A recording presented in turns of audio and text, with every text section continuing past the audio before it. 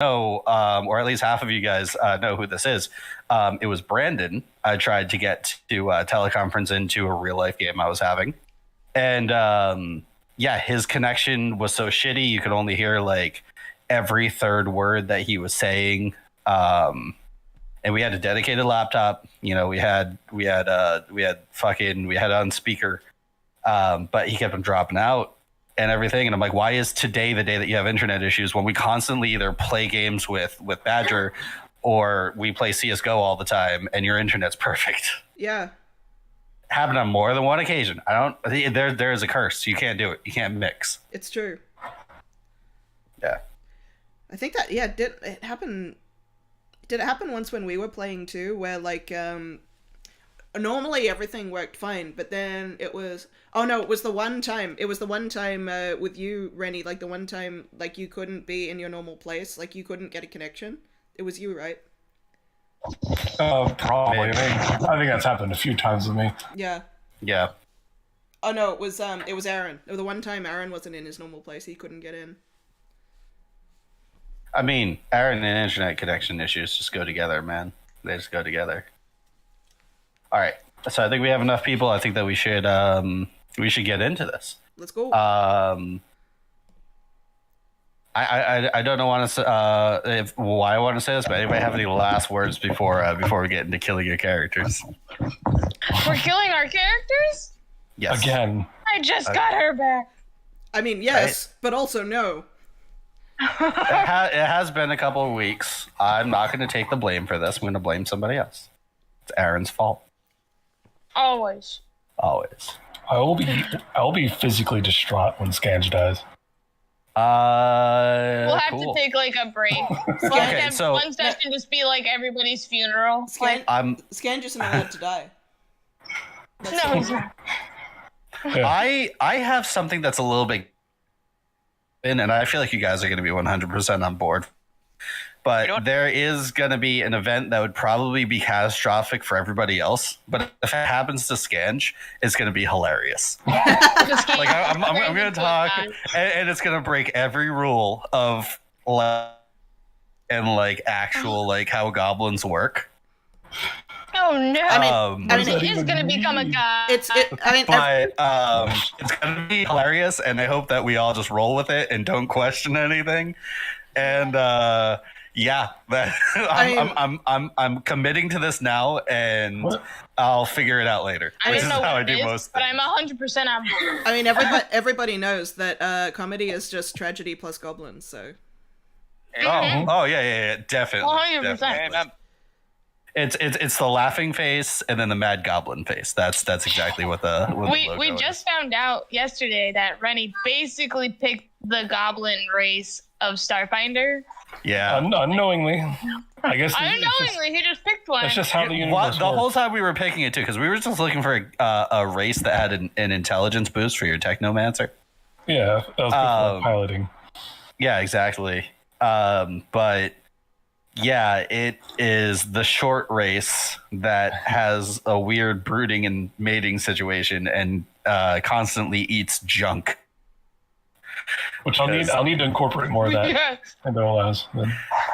Yeah. Also, I may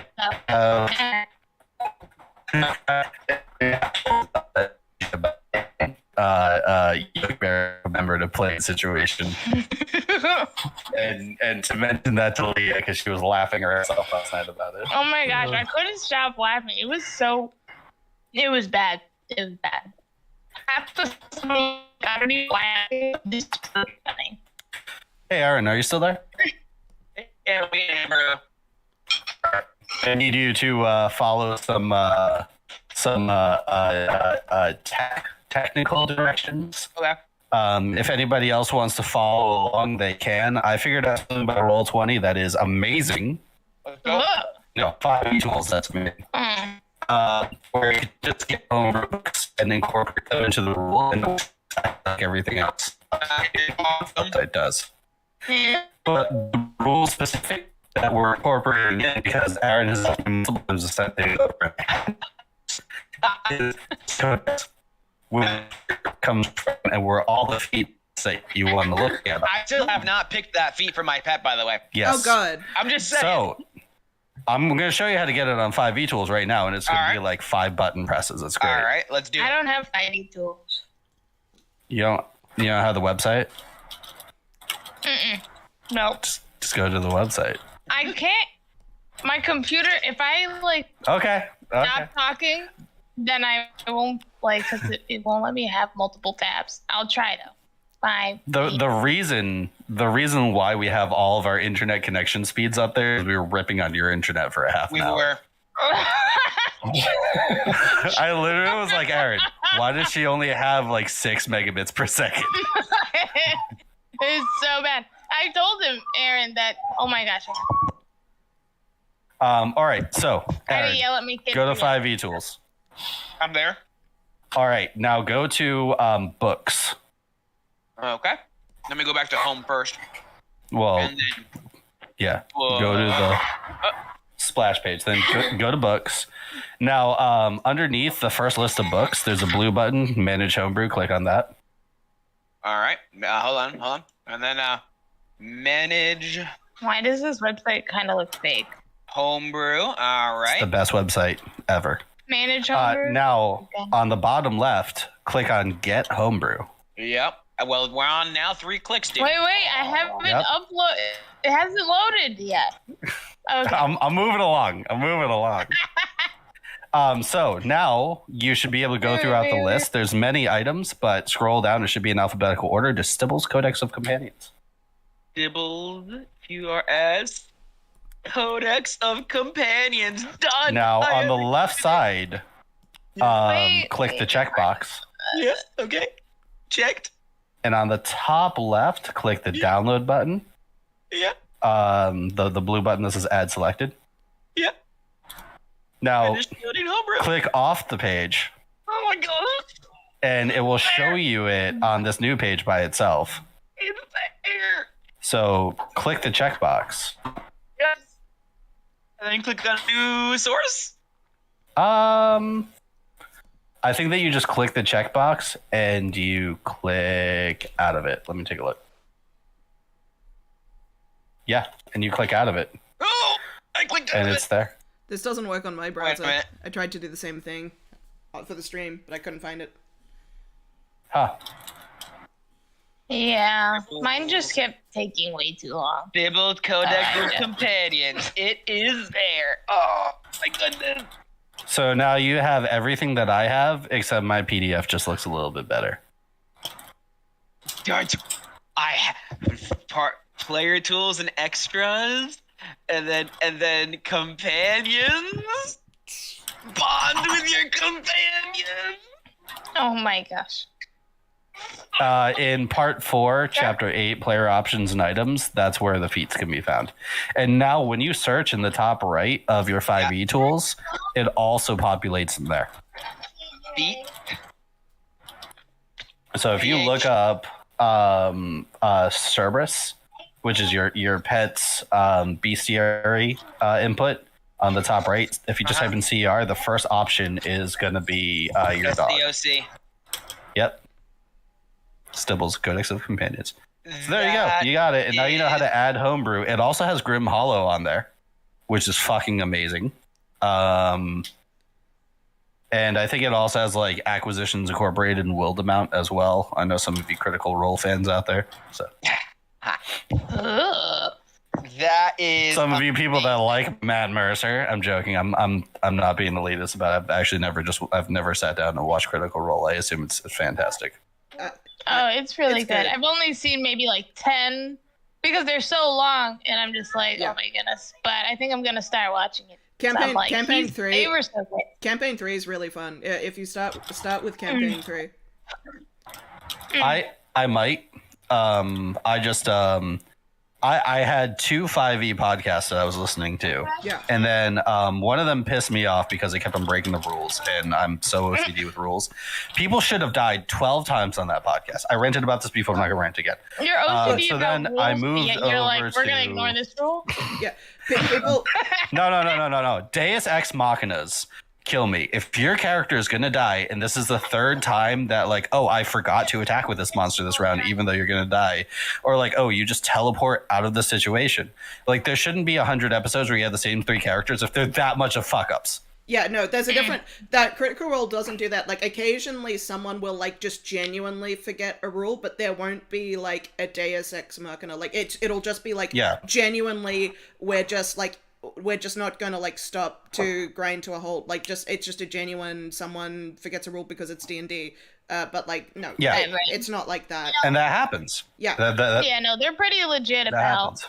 Actually, and sometimes people will get a rule wrong in a way that's worse for a player. Like, it's not like the other... Yeah. It's not like, oh, I'm just being, like, beneficial to the player. It'll be like, oh no, I'm gonna give myself advantage because, like, this happened in campaign 2. Like, I'm gonna give myself advantage because you attacked the baby of a mother, like a mother enemy. So I'm gonna give myself advantage to hit you, like, as that. So, like, it'll do that. You know, like, you know, make up, like, because DM's discretion, things like that. Yeah. And there should be things like that, you know, definitely. Yeah. Right. And from what I heard, Critical Role does a great job of, you know, making an event out of character's death. Like, when a character dies, you know, it should not just be brushed off and then, you know, whatever. Like, Matt Mercer it should be a thing. Matt Mercer invented this custom death rule. So every time a character dies, because death in 5e, as you know, is meaningless, he invented the custom rule. Every time a character dies, it's a +1 DC to revive them. Revivify is Revivify. But every time a character dies, and you don't just, like, revivify them. Like, Revivify, I think, still counts as a +1 to the DC, but every time you don't just, you know, revivify, and you then have to do a ritual, it's a +1 to the DC. So if they've died, and you've cast Revivify on them, if you've then, like, not gotten to them in time, +1 DC, you know, every time they die, it's harder to bring them back. So if you don't get to them in that 1 minute, it's a +1 DC to bring them back every single time that they die. So you better get to them in that 1 minute, or else it's going to be harder to bring them back. And that's even the first time they die. So it's like an 11 DC to bring them back. That sounds like it should be the default rule. Exactly. It's a really good rule. So it's an 11 DC the first time to bring them back. It's a 12 DC the second time to bring them back. You can reduce the DC with rolls. So, like, if you've, like, made a really close connection with them, like, you can try and roll to reduce the DC. But, you know, you can fail. You can roll a nat 1 on the ritual to bring them back. You can fail. And that's, like, I was suffocating that. My old DM also had like a really good death rule that I really like that I use. Yet again, Revivify is Revivify. It's basically like you just, like, resuscitate somebody in, like, movies. Like, the soul hasn't left the body yet. Yeah, exactly. Right. Yeah, you're just, like, you're in the process, like, the heart stopping, the brain stopping, everything. But, like, you can, like, shoving the soul back them to get them back. Yeah, it's shoving the soul back in before it's left. It's just the magical nope to the afterlife. You didn't get there yet, you know? But if you actually do resurrection, reincarnation, stuff like that, my DM had a rule where you could be brought back, but every time you brought back, it takes a toll on you. Yeah. And you lose 1 con permanently every time you come back. That's also, around 4 or 5 times, he always talked about, like, these things called the inevitables that will just get you afterwards. It's basically like death in that movie with the log trucks that I can't remember. Yeah. That also makes me think Final of Destination. Yeah, that also makes me think of, like, the shadows in Final Fantasy VII Remake, where it's just like, you're changing reality. Like, we're gonna fuck you up. Like, this person's meant to die. We're gonna, like, fuck you up. Yep. Oh yeah, other worldly things take notice because you are fucking with the timeline, and like that. At that point, they are restoring it to what it should be. It's just business. Yeah. You just need to make a campaign where death is the bad guy.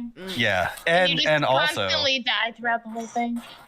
And also, this has happened when we resurrect people. It's not a flat roll because, you know, there's already the consequence there, but the person who's resurrecting them basically gets to relay a message to that person's god that person's god talks to them wherever they are. Like, I think we had one character that died, and that character was a gambler. I forgot what god it was in 3.5 Pantheon. And that god asked him, it's like, hey, your friends are trying to resurrect you and bring you back to this fight, and they just were like, no, I don't want to go back. Matt Mercer has that rule too. And they just did. Matt Mercer has that rule too. The soul has to be willing. If the soul's not willing to come back, resurrection spells automatically fail. Yep. And I mean, like, you know, we didn't metagame it. We actually knew that, like, that person was rolling up a new character, but our characters were like almost brothers with them. We were like, we need to bring them back. But also, and then, you know, we got the message, and they rolled up the new character. We met the new character, and it was a great time. Yeah. You know, it's not like we sat there and just wasted a fucking resurrection. Like, it was a scene, you know, it was something that we made a deal about. But I mean, also, someone could be rolling up a character. You don't know if, like, you know, that's just in case the spell fails. It's not necessarily metagaming. Like, someone, they could change their mind. So, I would say this isn't a spoiler. This is happened in campaign 1. There was like a resurrection of a character. I think they would have had no idea if the character wanted to come back or not. But you know, he did have backup characters. This player would have been like perfectly willing to let the character die. He decided to come back, but he actually hadn't made up his mind yet if the character was going to come back or not. It was only when he listened to the other characters in the resurrection ritual that he made up his mind that the character wanted to come back. So he actually didn't know. So it was totally like ambiguous, you know. You only make up your mind. Yeah.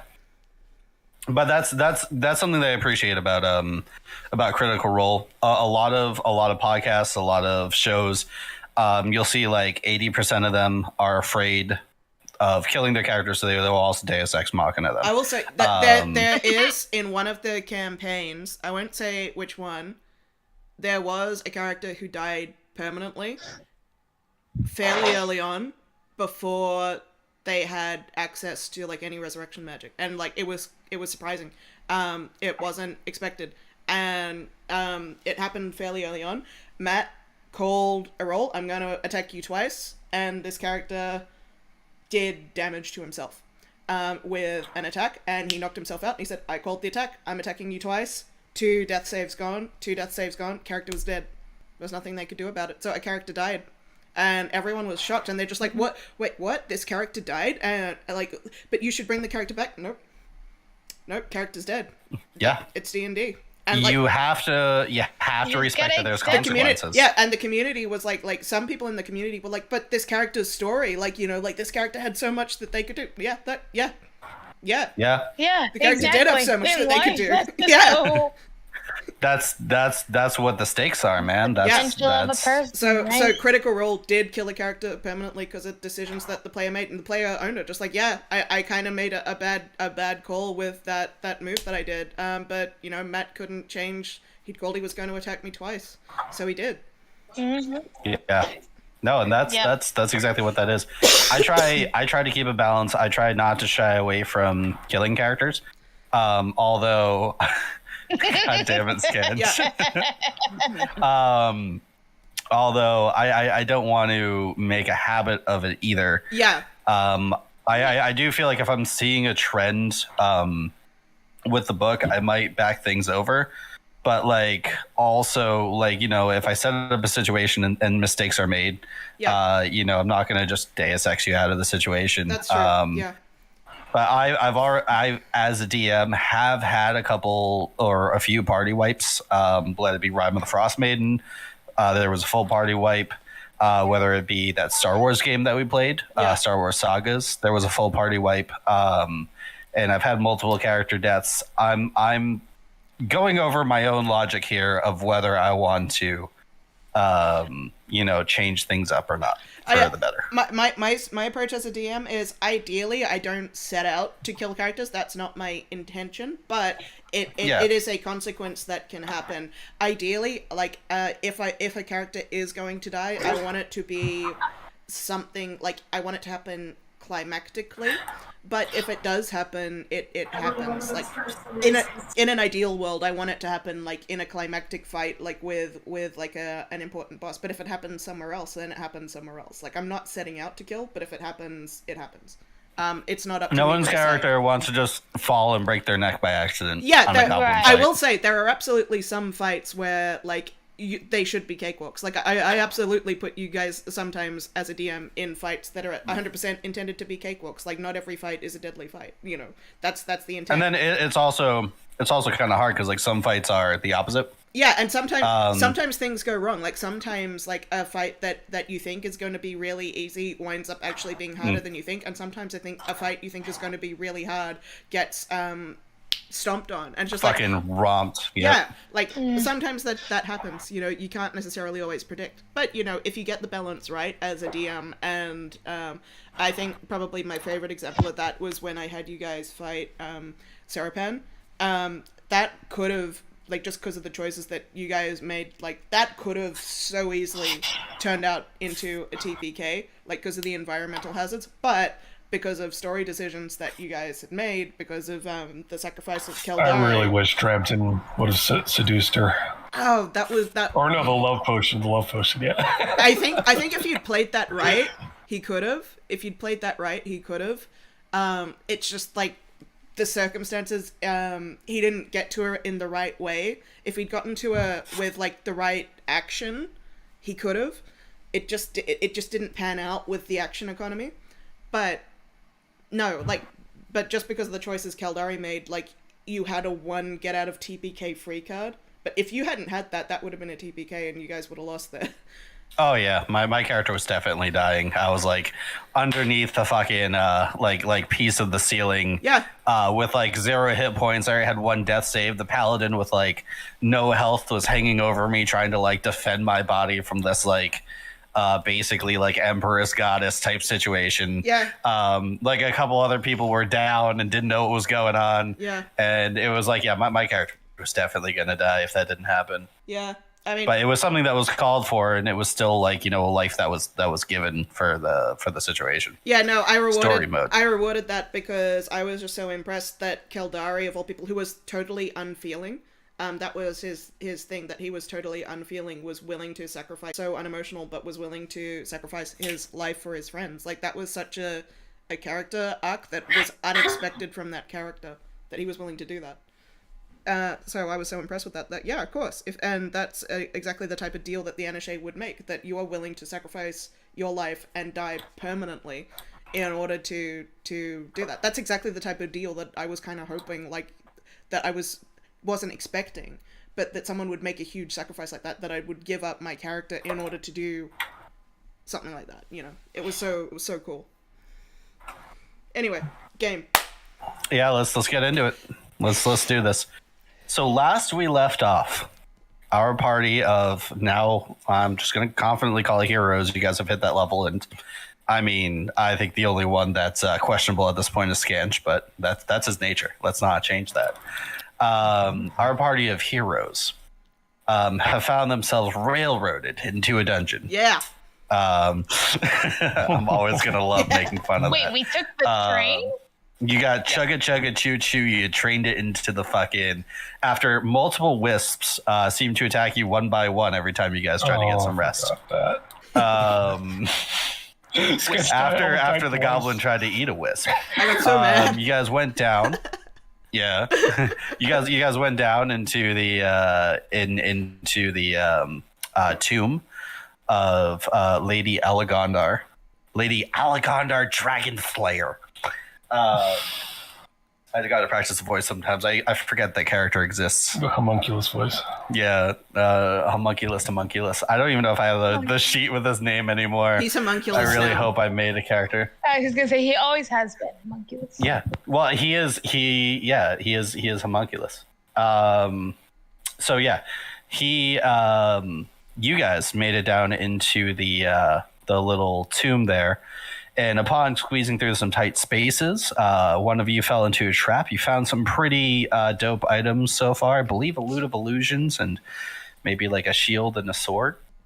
We wrote it down. You guys we wrote also... down everything we got. Yep. You guys also fell into a rock pit trap and have had a gas attack so far. You guys seemingly follow the last tunnel north after the southern tunnel provided with a free skeleton horse. I didn't write that in for the Necromancer. That's just in the book. It's weird under any other circumstance, but I've already given away that horse like 3 times, and I'm just glad that there was somebody that was like, "Oh, that's sick," rather than like, "What?" Somebody just take the dang horse. Look at my horse. Why my is this horse pile of bones amazing. moving? Look at my horse.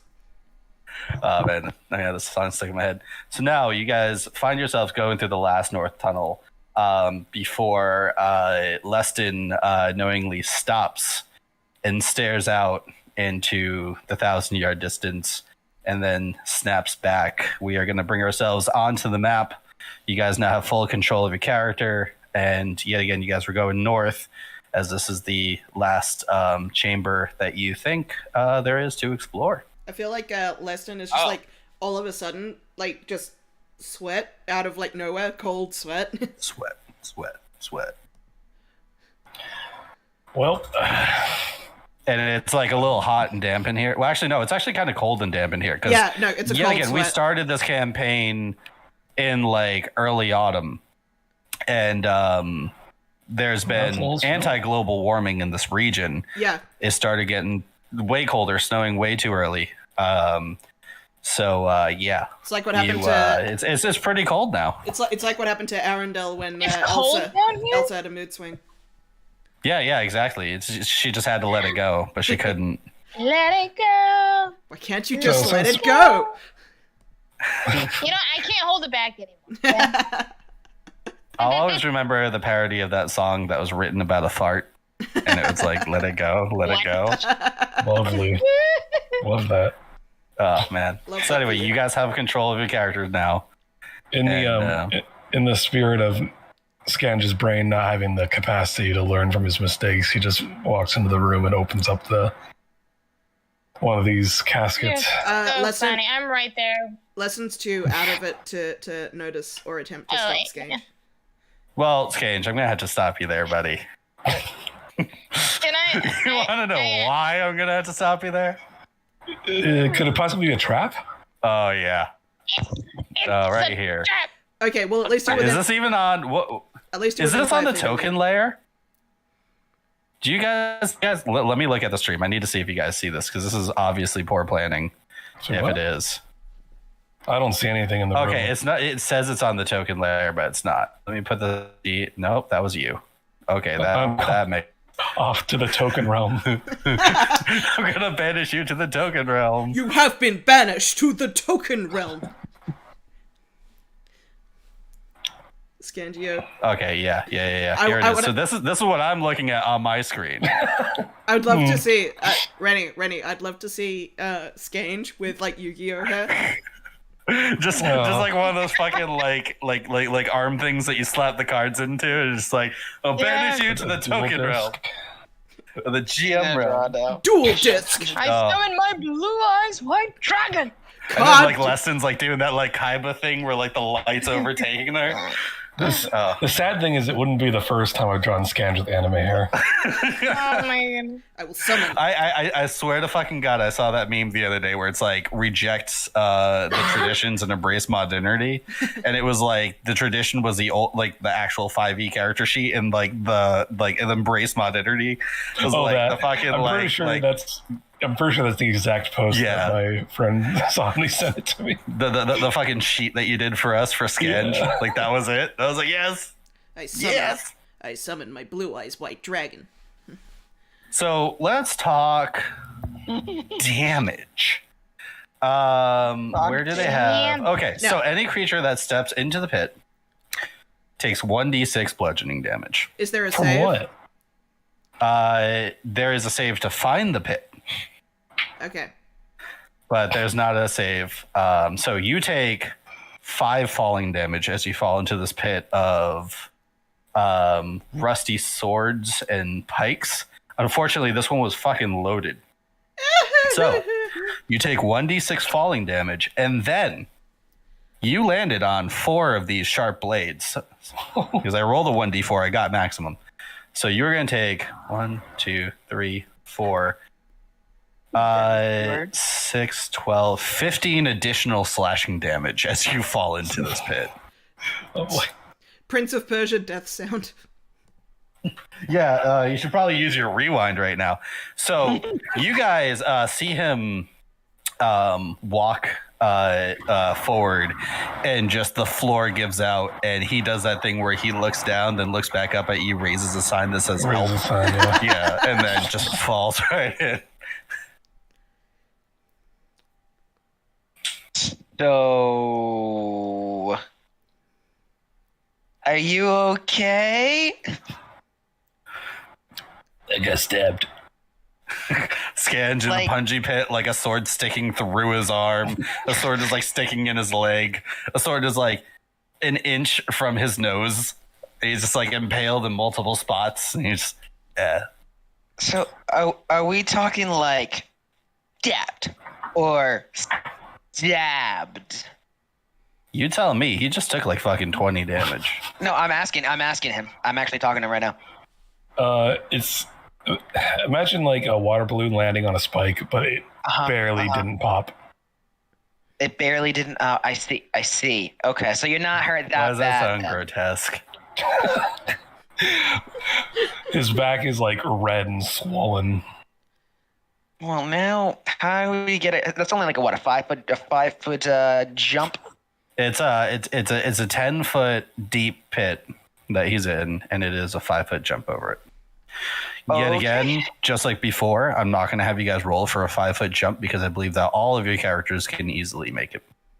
Well, So I would like to unless lower you're down, not looking for it. I would like to lower down a rope and pull Scange up. Actually, I would like to make it over this first. Okay. Well, is Lesson going to move? Okay, there you go. Lesson's going to catch you. Into Lesson. Listen. Who knows? Lesson could be all like, screw this guy, and then nah. And now I'm going to lower a rope and pull Scange up. Screw this guy. I'm going home. Long live the king. Oh, man, I'm going to cry. I'm going to cry at that scene.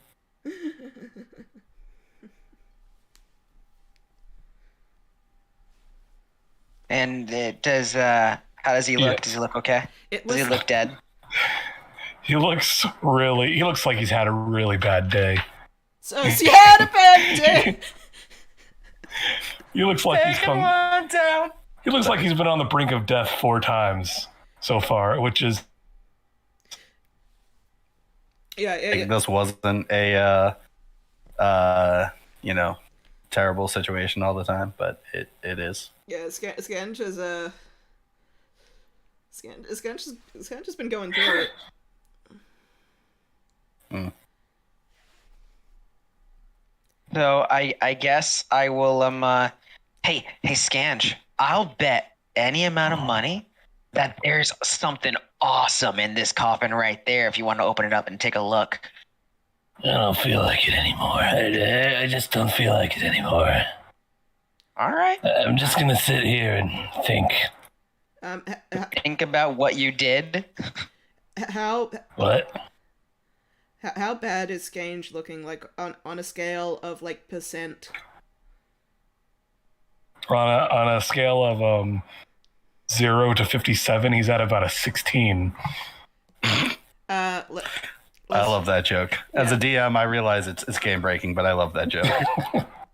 I mean, yeah, it allows me to actually like heal him. I'm gonna heal him 25 points with my lay on hands. Yes. Good. I'm gonna save 5 in case I need to emergency bring people back from death. Well, later. in that case, now Scange is done thinking about his mistakes, and he's running over to the coffin to open it. Yeah. All right. I was like looking up something else in the meantime, so let's get over to this sepulcher. So you run into the room. Anybody that turns the corner, you guys see that there are 2 sarcophagi and alcoves to the west and east. It seems like there are moldy bones and rusty armor in one of these that you open, the one to the west. That's exactly the one that they pointed out. And as you kind of like open it, you kind of like back up a step and you look at the ground, and you see that there is this kind of like weird like lump on the ground, and then you realize that's more of like kind of like a shaved down horn. And you kind of like look around and you realize that with all the dust covering the floor, this is actually like the skull of a dragon built into the floor. And you guys look to the north, and there is this the north side kind of leads to where like the beginning of the head is of this giant dragon, and there is a sword stuck through it. Yeah. Okay, because it's that easy. You should go get that. Yeah. Hey, Scan, go like see if there's a trap over there. Where? What? No. No, then don't worry about it. So you said there's a sword up here? Up over to the north, so like right here. Okay. I'll follow behind. Within 5 feet. As people move, I move. And I see it. I will go towards it. I look back at everybody, and I'm like... As you go towards it, I'm going to need you to stop right there. Did I fall into a pit? Yes. Pit of despair. You fell into a giant pit. Great. What is your passive perception? Passive perception in real life or in... I don't need you to tell me you're 7 of a passive perception in real life. Oh, that's so generous of you. No, I have a 13 of passive perception. All right. So you as you look and walk over toward the sword, far too little, far too late, you hear You hate to hear that. a hiss.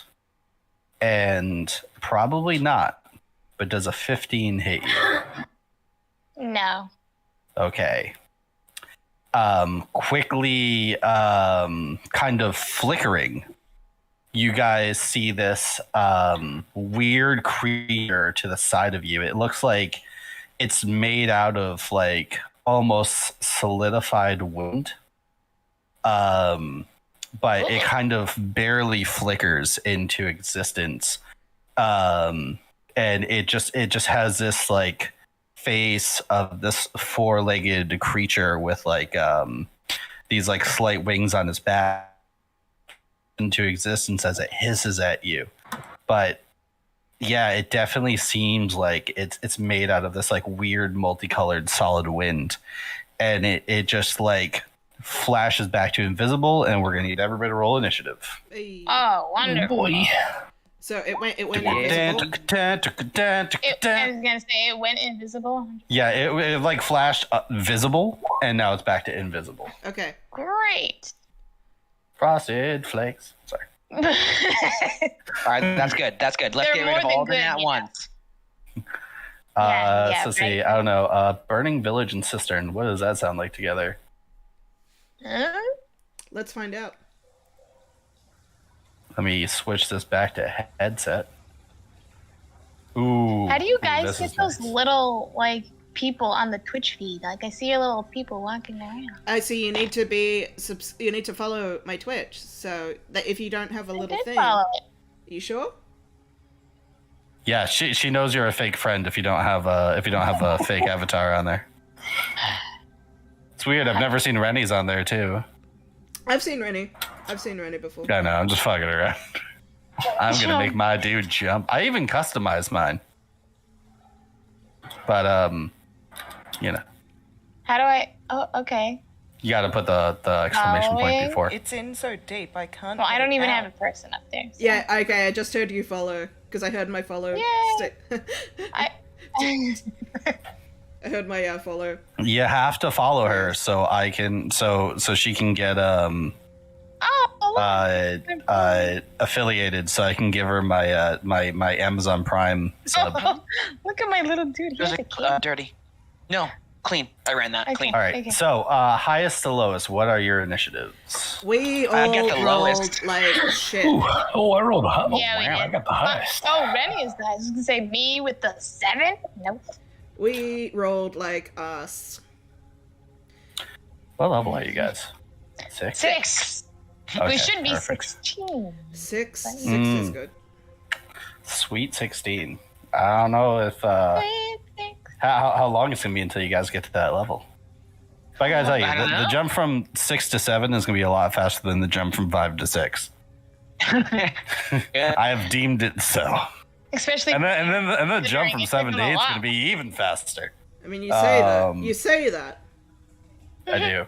So we have And then we all Scant just at 13. That's true. Can't level up if you're dead. Well, at least one of you can. Maybe a couple of you, depending on how cool your necromancer is. Right.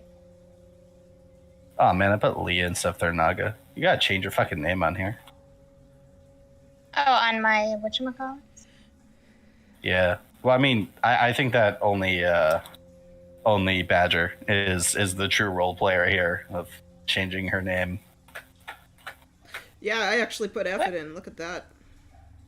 Right? Ew. Okay, my display name, I changed it, but now it's like nothing. All right. Let me just roll this thing up. Did it work? I don't. All right. Cool. Yep. So this thing is going to go first.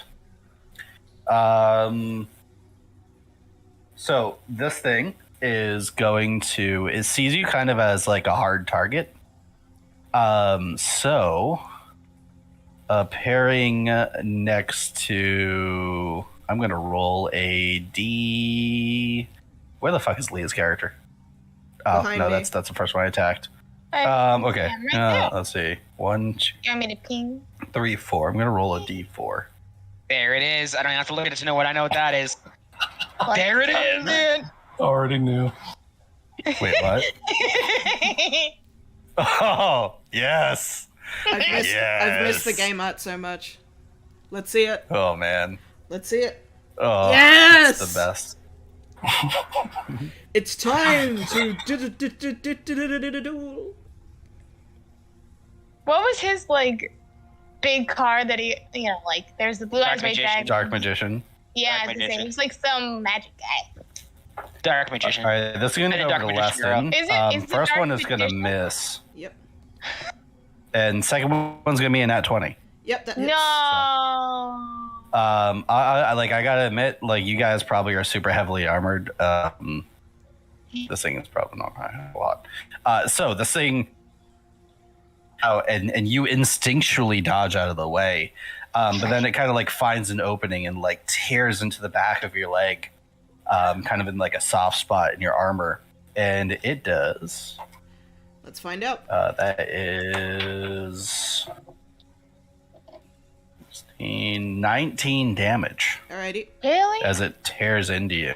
To me, right? And Or with that I being don't know. said, you can see that it is on this side of you for about a second, but it flashes back to invisible, almost like it only flickers when it attacks.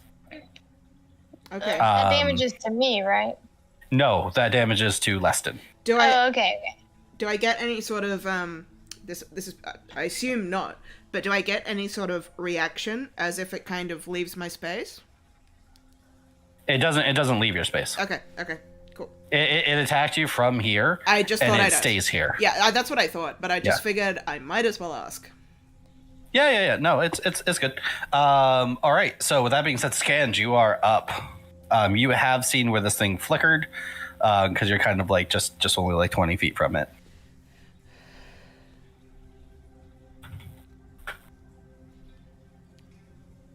Honestly, I shouldn't even be giving you guys the flicker because it just says that this creature is fully invisible. But honestly, it's an annoying fight as such. That's Don't fair. worry, I'm not worried about it. But yes, Scans, you are up. Yeah, banish him to the Shadow Realm.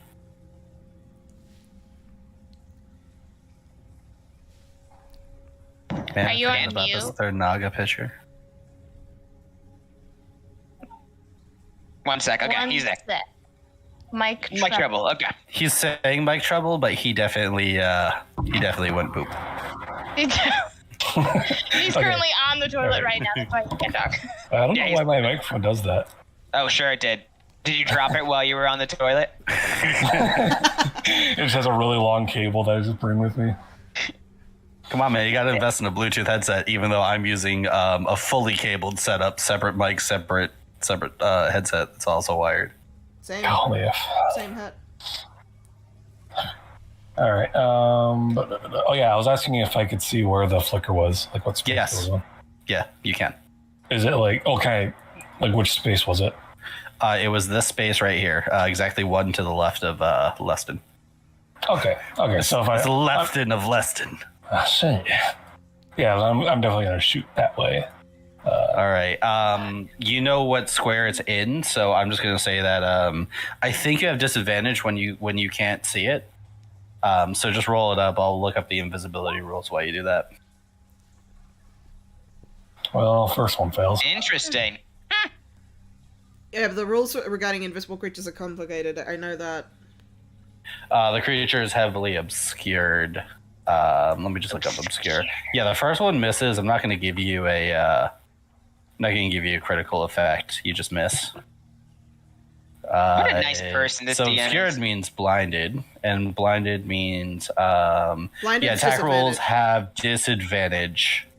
And I have been having it attack at advantage because you guys can't see it. Yeah, So if it's the same as blinded, then if we're blinded, then it attacks us with advantage, and we attack it with disadvantage. If we're treating it like blinded. Yep. Yeah, that's exactly what's going on. So yeah, unfortunately, both of those are a miss. You just kind of let off 2 rounds. One of them just whooshes by Leston's head, and the other one just glances off Thernaga's shield. And it's like, what are you aiming at, buddy? But with that being said, is that your whole turn? Yes. Okay. Thernaga, you're up. All right. I'm going to pop my Twilight Bubble, which is my channel divinity. So that's my temporary hit points one. And I'm going to cast a spell called See Invisibility, maybe? Well done. Yes. So, where is it? I don't know if I That wasn't can Thernaga's voice. reveal it Oh, sorry, wrong. to everyone else. But I'm just gonna put it on the token layer now. So okay, we just can't know that see it. you guys can't see it except for her. Yeah. Okay. This is what the art looks like. But also the little windy pattern. It's kind of looks like the It's skewering the thing. It's also in the shape of like the stalkers from Borderlands. If anybody knows what I'm talking about. I'll be right back, guys. So if you want to, now that you can see, if you want to roll an Arcana check, you can. Okay, yeah. I'll run an Arcana, and I also want to basically be like, it's right there! And I want to, like, can I throw, like, dirt at it or something? To try to, like, make it visible? Have you got any bonus actions? I mean, you might not. No, I would say that you can substitute it as an attack. But, like, kicking up dirt on it, I'm just going to give it, like, a dexterity save to shake it off. Okay, yeah. Wow, yeah, that actually was pretty good. So this thing is pretty rare. It is known as an invisible stalker. I will give you 2 pieces of information. Oh, invisible stalker. You know that you've read that these things are from the elemental plane, and they basically are a summoned creature, usually to stay at a place and protect something. But they will track anything down to the ends of the fucking earth to accomplish their goal. And they are great trackers. Oh my gosh. So you can learn 2 They're actually things. protecting the sword.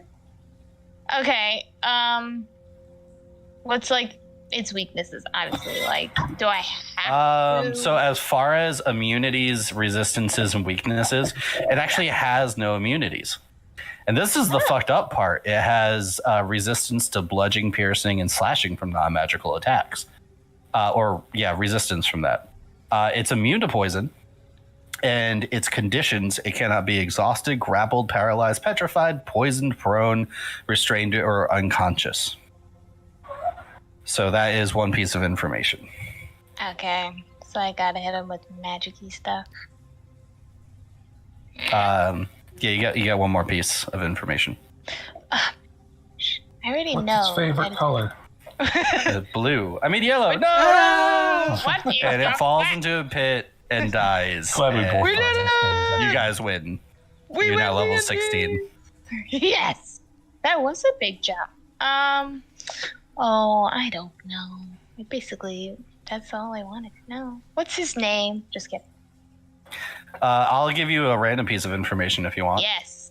Please. It does have dark vision as a high passive perception. It speaks, actually. It does communicate in the elemental language of Orin. And it has a fly speed. Nice. Well, okay. But you guys are also in a cramped tomb, so Right. You can't really. like, who cares?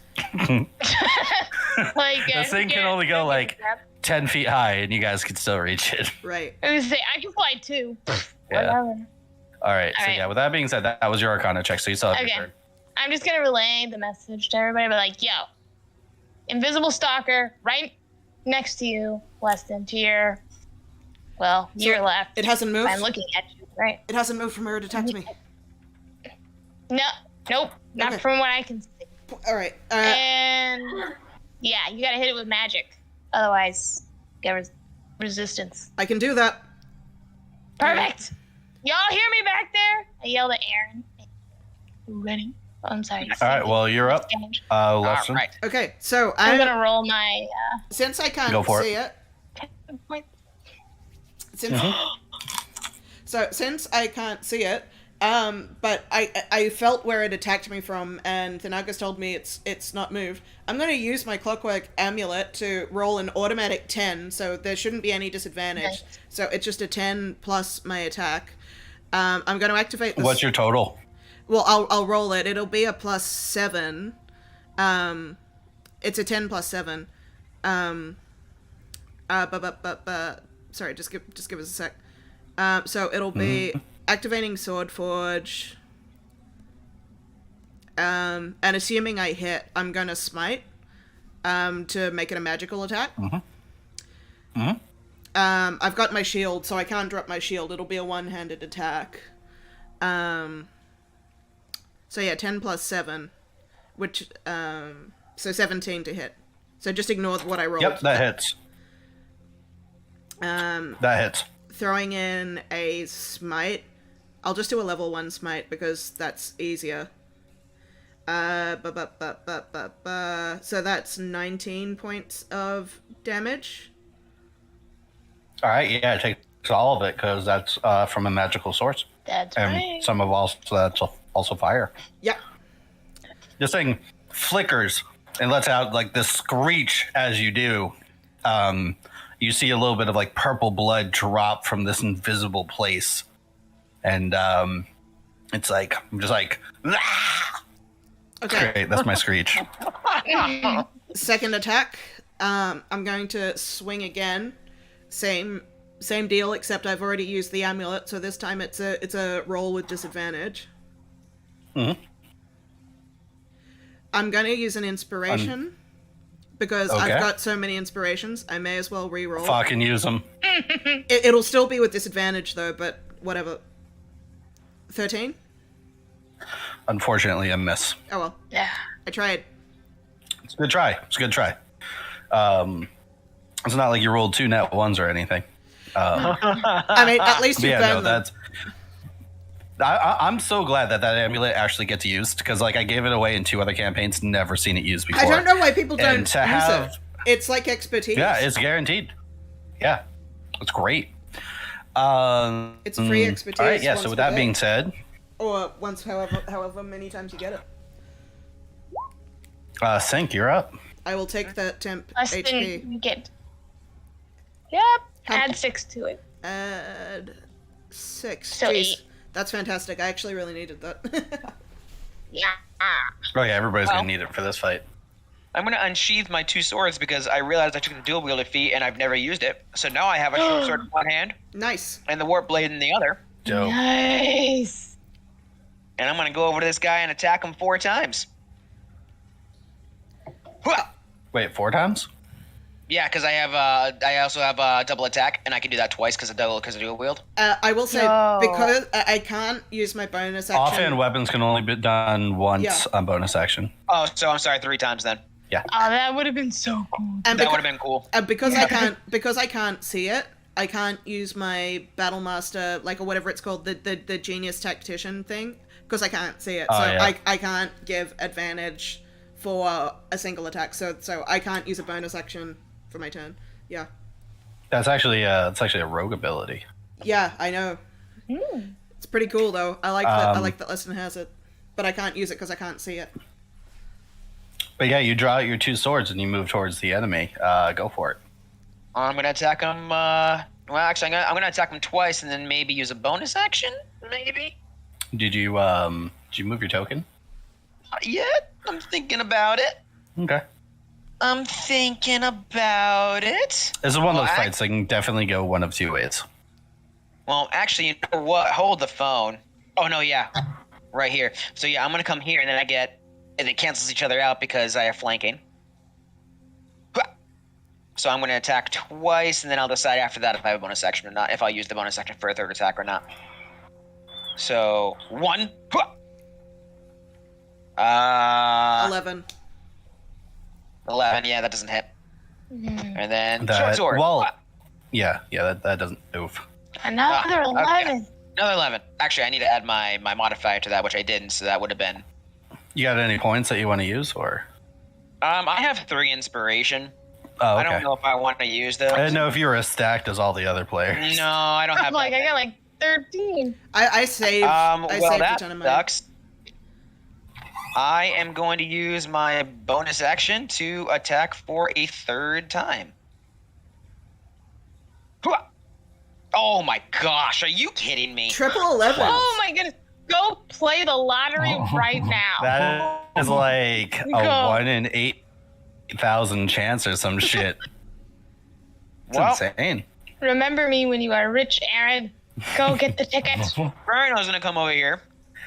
I swear to God, if he rolls an 11, And Bruno's gonna bite this thing with disadvantage. Yep. yep. Yes, Waiting- and he's going waiting for the Inferno. roll. Incorrect. He's gonna use a firebolt, Yeah. which is just a D20 flat. Because I don't add anything to it. He doesn't have any attack proficiencies. No, not in that. 14? Disadvantage. Disadvantage. Disadvantage. Oh, yeah, it doesn't matter. Wait, why does he have disadvantage? Roll it again. Oh. Whoa, why did you roll a lot of that? There. But I'm gonna take that Yeah. natural 1 because that was the first one rolled. Oh, okay. Yeah. That was weird. All right. So with that being said, That one's yours, Aaron. you guys get some hit points. 10, Little natural 1 floating Yep. around here. 9.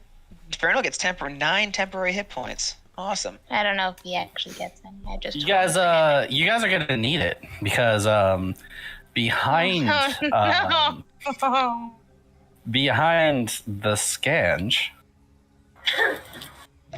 Why does he have a bubble around him? Scange Stick bubble. does a let me just quickly Probably. see over here. Does a 14 hit you? Yes.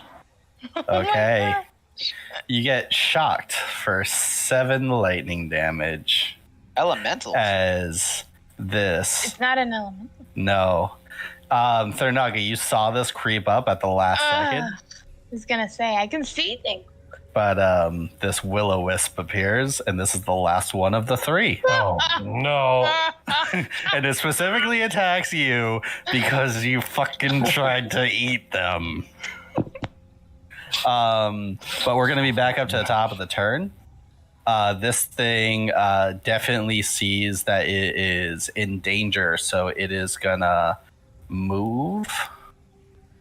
Okay, so Thanaga, do we get advantage? Thanaga would be. Yeah, Okay, I guess it didn't move out of her range, but Thanaga would And be. it's gonna try to attack No. Thurnaga. No, hold up. Would I get attacked if I'm an attack No, of we you can't can't see it.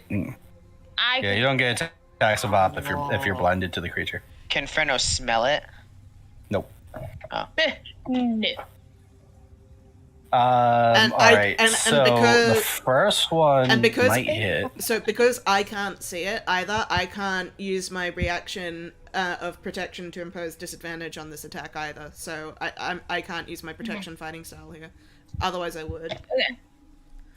I'm assuming that a 15 misses Thurnaga. Oh yeah. But what about a 22? Oh yeah, it hits me. All right. So this thing did 2 attacks at normal because you can see it, and it does 11 damage. It kind of notices as like you move around, like it notices that like the eyes are on the old spot where it was, but it knows that you are looking at it. It sees you like follow it, and you guys can see her like turn around with this thing and like face it. So you generally know the location of where it's at. It didn't even get to my temporary hit points. Yeah, you block the first one, and then it just kind of like scratches at you, and God protects all, and Hail Hydra. you take 11, but I guess that doesn't get through. Is that see invisibility concentration? I don't think it was. No, it's not. I don't think it is because it's for like 8 hours. No, it's not concentration. If you see invisibility for more than 8 hours, please consult a doctor. All right, so it is now into turn order. Scans, you're up. You can see this will-o-wisp behind you now. I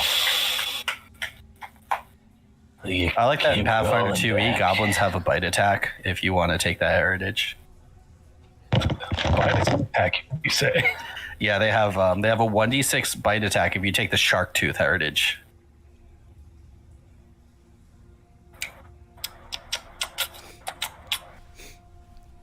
Oh, I should have hellish rebuked him. Oh well. My Eldritch Blast is like super fucking strong, so I'm just gonna do that. Well, definitely one of those should hit. You are attacking with a range attack with something that's right next to you. Well, one of those is definitely going to hit. Believe it's disadvantage. Yeah. Oh. None of those hit. Really? Not even with disadvantage. Yeah, wisps are a bitch. You guys have fought them before. Wisps have 19 AC. I think I've told you that already. Oh yeah. Yeah, they're ridiculous. Yeah, they're fucking. They have a super high dexterity. Never give them a fucking dexterity save. It's insane. Their dexterity is +9. Oh yeah, because they're tiny. They're hard to hit. Yeah. Like holy fucking shit. I'm going to bonus action. Cloak of Flies. That's poison. Are they immune? They're probably immune. Oh my gosh, you're all about this. They're undead. They're immune to poison. It's just like they just start circling around with the flies for fun. They're scanned through. They are. And the fucked up thing is like the elemental in the room as well, also immune to poison. You have made a Scange. You have made a powerful enemy this day. You found like the one thing. The anti-Scange. Yeah, these things have been this thing has been like following you guys around. You guys couldn't you guys didn't see it until she put on see invisibility. Which is why I asked if see invisibility ended when you guys took that long rest, and she said yeah. Yeah, you're like, okay, great. Good. So this thing can just follow you around until it has an opportune time to strike. All right, so we are gonna go next. I believe that is Thurnaga. Get 8 temporary hit points, Mr. Disgage. Am I in the range of that? Yeah, it's 30 feet. Yeah, it's Okay. 30 feet.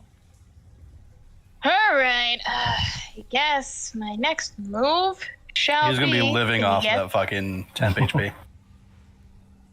It's okay, because I'm going to boop. Aura.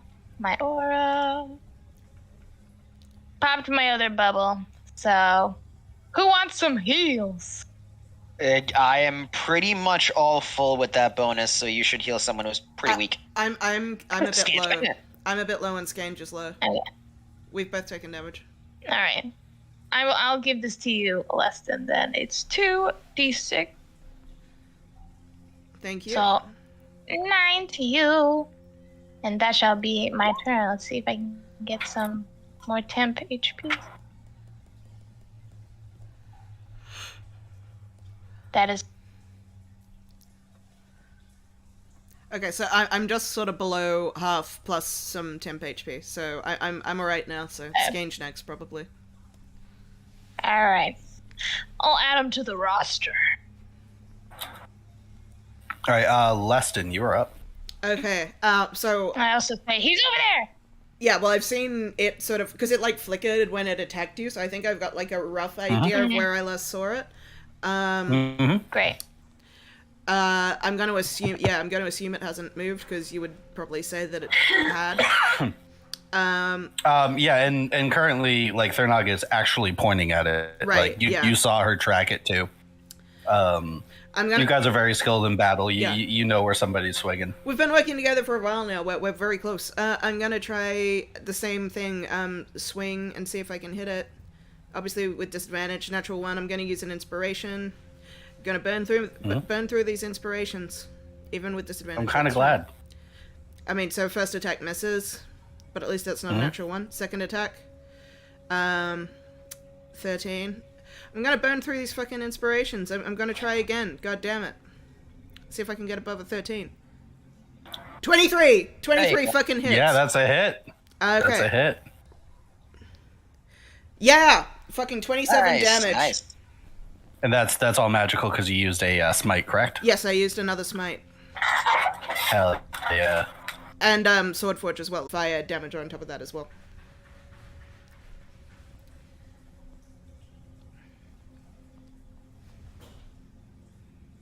Not gonna lie.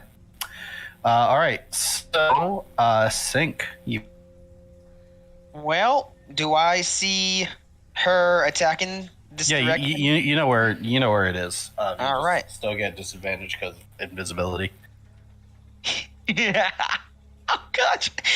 I think There's if you move sword around, right here. can you get into that There's corner? If you get into There's that, a freaking sword right there. if I am Yeah, you currently. can you get You can pull the sword, but it will take an action. can you get into this corner? Is that possible, or is that not a space? Because if you get into that corner, you might have flanking with me. It's a space for a smaller creature. Okay, so if he can't get into that space, then never mind. Well, Like you could get into that space. Understand. Do I want to? Understandable. Oh yeah, so I can't. Okay, I can still hit it. Actually, I'll move Ferno over here. Yeah, There you but go. it is an action to draw that sword if you want. The sword is very royal, covered in platinum with a ruby gem encrusted in it. You see that there is kind of like elven words written over it. Do you read elven? Nope. Sure don't. All right, that's gonna have to wait till next time, I guess. Bummer. Well, thought it'd either be way, kinda it cool is to pull a it. long sword. I thought it'd be kind of cool to pull it, but I will wait so we can have like a story, I guess. The sword. Pull the sword. Oh man, I want to. Is the group okay if I pull the sword? Yeah, do it. I can't read it. Do it. All right, I'm freaking pulling the sword. All right. You fall into the pits of hell. No. I figured. I died. Sick Your of soul death. gets stolen. I was gonna say you're welcome home because you're teaching. You try to get into a flanking position, but then you get distracted and you look at this beautifully made sword. Looks just sharp as the day it was probably made, with all these like elven writings around it and intricate platinum work on the hilt, as well as ruby. You step up and you put both hands on the sword and you pull it, and immediately you age 16 years. I was just gonna say, are we teleported, or is just he teleported? No. Gotta go get my ocarina. Go for it. I'll accompany you on guitar because I know a couple of the songs, specifically the Temple of Time. It's such a good. And with that being said, yeah, you pull out the sword and you feel the power kind of rushing through you. This is the Dragon Slayer. You guys have the ability to identify things, so I'm just going to let you know this right away. It is a +1 magical longsword. However, that's why I wanted to pull that magic. When you attack dragons with this weapon, anything with the dragon subtype that you hit takes an extra 3d6 damage. Holy shit. Whoa. Wow. And it's versatile, so you can use it with 2 hands. If you wish, using it with 2 hands means that it's a d10 instead of a d8. I don't know what I just... Dragon Slayer is on 5e tools, as it is part of this module. So if you want to look it up there to get the exact stats, you can, but it's just a 1d8 with a +1 magical bonus. How many plus d8s?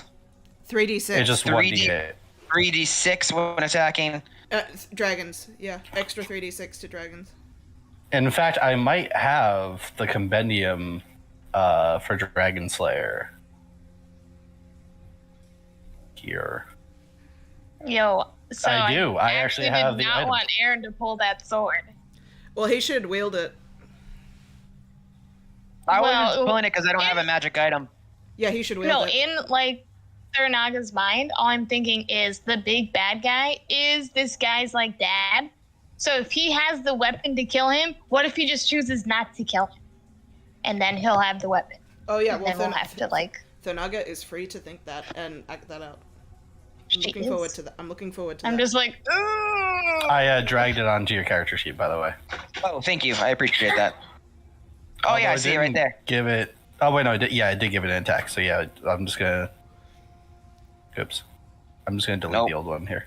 Yeah, thank you. I appreciate that. And what am I? I'm in intelligence? No, strength plus my vision. Oh, okay, sweet. So I am going to use my second action. Or if it's you one only action. You only have one action. Unless yes, you but I use can- action surge. I'm going to use action surge. Why not? And then I'll attack twice with my bonus action because I didn't use a bonus action that turn. So, ha! You can't attack twice with a bonus action. Surge. Yeah, you only attack once with a bonus action. But you can. I know I haven't attacked, but I haven't used. You a can bonus attack action 2 yet. times with the sword and 1 time with your offhand. That's so that correct. would be 3 Okay. attacks if you use action. That's what I was. That's what I was saying. Okay, so I have 1 war blade. And it's straight because there you go. Because you have advantage. So that's with the warp blade, and I am gonna use again, obviously, how my character works is psionic strike. So that's gonna be that plus a D8 damage. Your psionics are just still a mystery to me, even though I could have looked it up this whole time. I know. I think So you're just then I'm throwing gonna rules use- at me every time. Psionic, and that's 5 plus my intelligence modifier. So that's going to be 5. Should make a plus macro for that at one INT. point. I should. So that's going to be 11 damage. So 11, 22, 24 damage on the first hit. Oof. Dragon Slayer for the second hit. 15. I am going to use 1 of the inspiration, leaving me with 2 left. I said it, so I'm going to have to do it. Yeah, do I should it. have asked if that hit. Well, just use it. Technically, you cannot ask if you hit. Yeah, I know. If, I know. You're using. I know. That's why I changed it. All Yeah. right, another one. Oh no. Oh, no, again. No, I'm not going to get into that one. Well, I mean, like you I can don't- use inspiration twice, so Oh, one attack.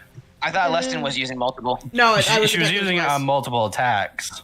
Oh, Uh-huh. that's what the law was. Okay, so nat 1. So the fucked up part is the 15 was going to hit. Oh no. I've done that. I've done that. I've used inspiration on attack that would have hit before. It happens. Yeah, whatever. It's fine. Just whatever. And your offhand attack? Yes, that was my offhand. Oh, my offhand. That's right. I have my third one, and that's going to be Warp Blade again. You put the Dragon Slayer as the offhand, huh? Yeah, for now. Well, it's just the one I took. Right. Damn it. That's a miss. Well, I got 24 damage. You did get some blood on the Dragon Slayer. Nice. You still got Fenno. What about Mr. Furno? Furno, yes. Furno is going to use... not bite. He's going to use that, just a regular 20 for Firebolt. Oh, man, the fucking scan chart. Yes. Unbelievable. So close.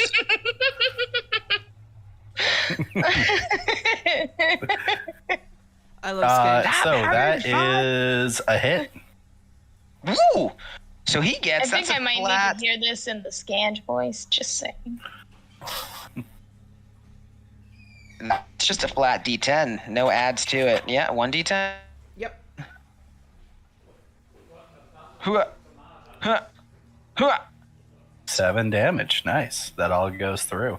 So this thing is bloody now. Oh, nice. Let me just put the little token on there. It actually was bloodied since like the first attack Aaron made. I just haven't put it on yet. So. Okay. All right. With that being said, it is back up to the Wisp and the Stalker. The Wisp is going to go first. Is going to do a flat attack on our homeboy. That is definitely a hit because it's more than 15. So if 17 it's me, he gets disadvantage, by the way, because of my cloak. No, I'm not talking about you there. I'm talking about Scange. Scange, you take 9 damage. 9 lightning damage. All right. I'm going to Hellish Rebuke. Yay. All right. Does it have to make a dexterity save?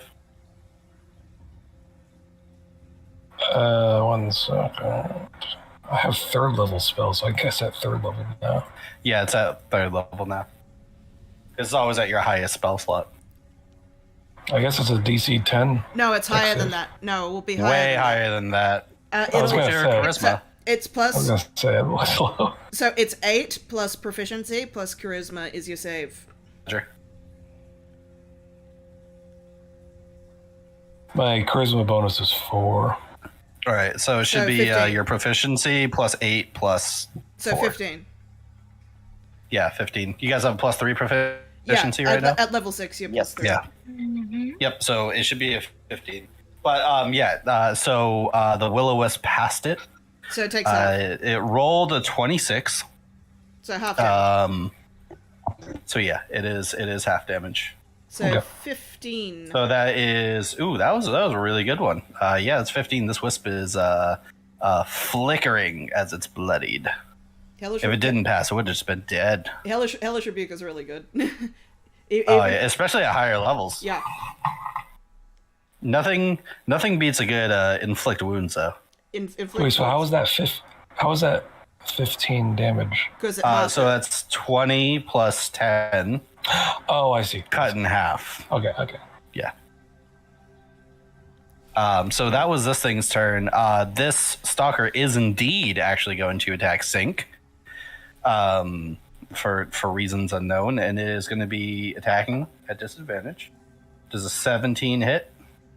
Yeah, it does by 1.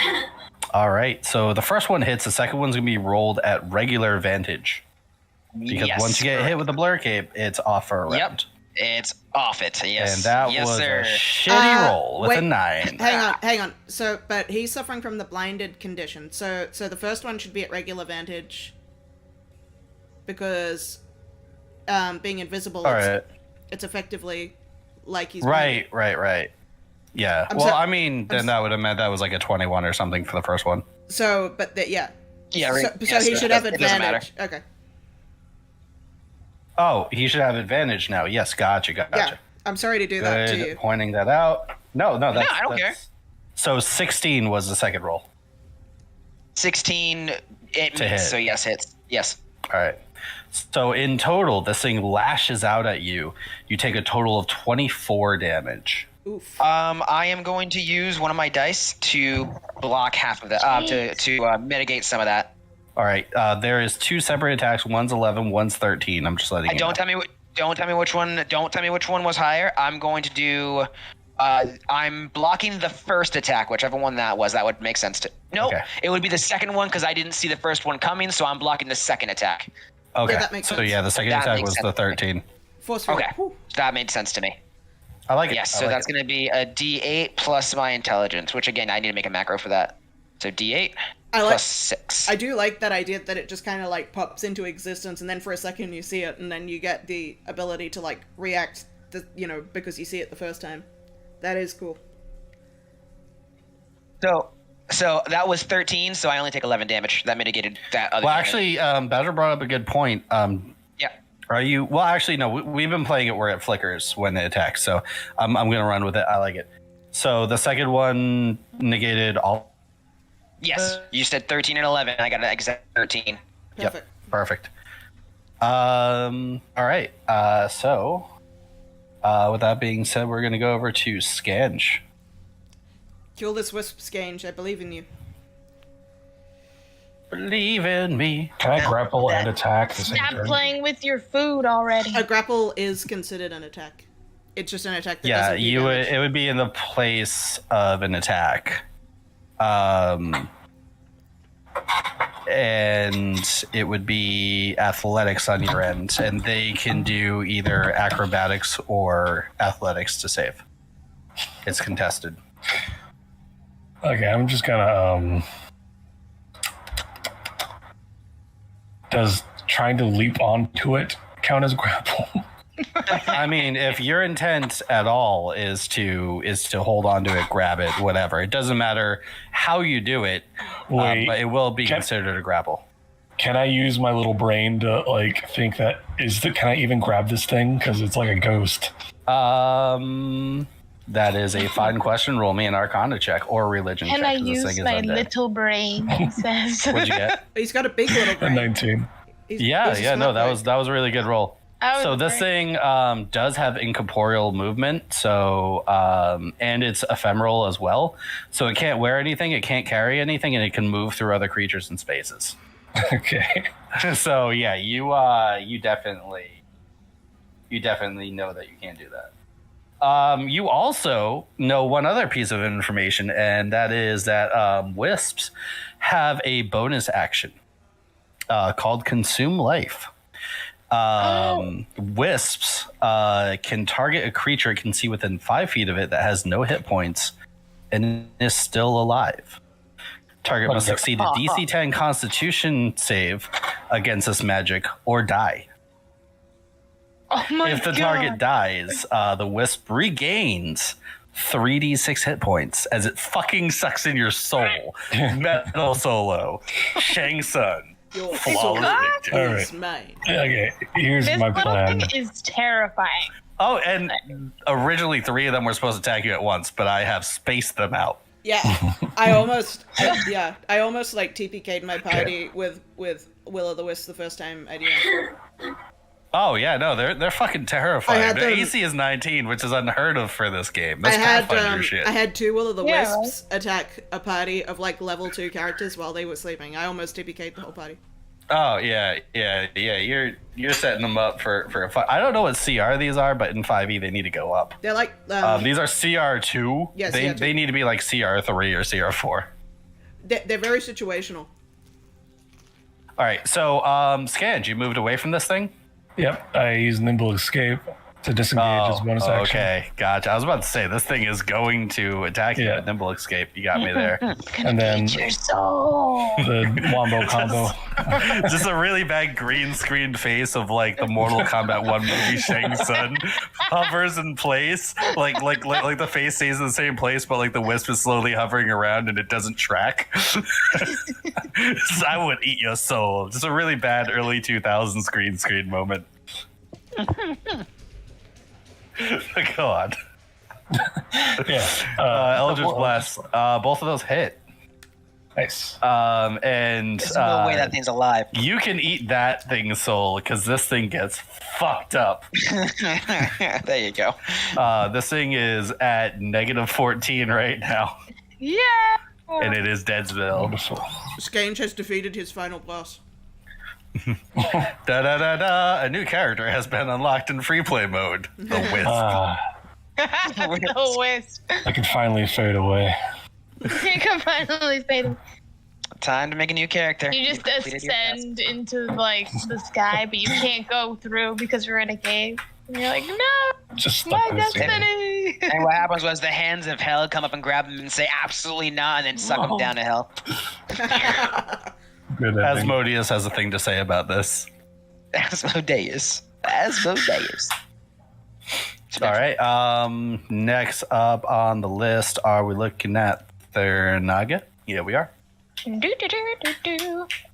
All right. Kill I guess it. I have. If you haven't been doling out that fucking like temporary health, I would have at least killed Skange already. What? Yeah. Penny's worst nightmare come true, and we would not have two awesome pieces of art. All right, I'm just gonna hit him with my warhammer. Hopefully, fingers crossed. Wait. Do I have a magic weapon? You do.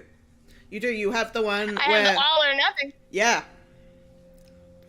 Oh, you should totally use the all or nothing. I'm gonna use the all or nothing 100%. because why not? Please put the. Okay, so. Holy fucking shit! Always a disadvantage with that hit. Yes, Did you I got do it. You did it. So the thing is, this thing rolled incorrectly. What? It is 3 strength damage, 2 magical damage, but it rolled a d8. You need to roll a d20 instead because you used the charge. Oh yeah. Unfortunately, actually lowers the damage a little. Dang it! So it is 11 damage. But I mean, that's a fun thing about Hey. the all or nothing. It could be extremely low or I was extremely gonna high. say it was It definitely could be the all or nothing. Just love take it. off one of the charges. You have Yeah. 3 left for the day. That's It's amazing. in so deep, I can't get it out. You I should was like- use it again. This is my first time using it ever, so I was You like, should use it again. Are me you what doing to anything do. else? "Who wants some heals?" Give it to Skange, you need to. Seriously, Pretty who good wants- right now, actually. I'm pretty sure Skange is like held together by duct tape and glue right now. Yeah. He has like some Okay. string wrapped around him, and his arm is just like honestly- sticking to it. Honestly, he's not doing that I'm bad. He did get that huge heal from Leston. Earlier. Oh, okay. And then the last hit was all temporary hit points, pretty much. And the final wisp comes and does 20 Twilight damage. to clerics are Skange. fucking OP. Like insane You're temporary hit points. welcome. You're welcome. Wait, which one was the heal? Was it a 10? Yeah. Okay. Perfect. All right, so we're gonna move on to Leston. Come on, Leston. End it. All right, let's kill this guy. Hopefully, Kill him now. I'm gonna burn Kill it. all these inspirations if it's the last thing I do. All right, come on, let's go. I'm a fan. But you can't do what I did. All right, Oh, that's disadvantage. Yeah, but I'm burning an inspiration. There Burn you an go. inspir. There You go. Smite. 18. Ah. All right, and Dead. as you slash into it, you don't need a second hit because Yay. the holy portion of your weapon smites this thing to the ground. Yeah. I think Leston, And as Leston carves through it, I think she's got like with the flaming sword and the smite, like she's kind of breathing a little bit heavily, and she's got like a bit of like rage in her eyes from the vision that she had at the end of last session, like kind of like she needed to kill something after seeing what she saw. yeah, just needed to get that out. Yeah. That rage out there. Mm-hmm. And as you guys do, you see that there is this like light forming as these 3 wisps kind of come out of the walls and form kind of in the middle over here. Attack him.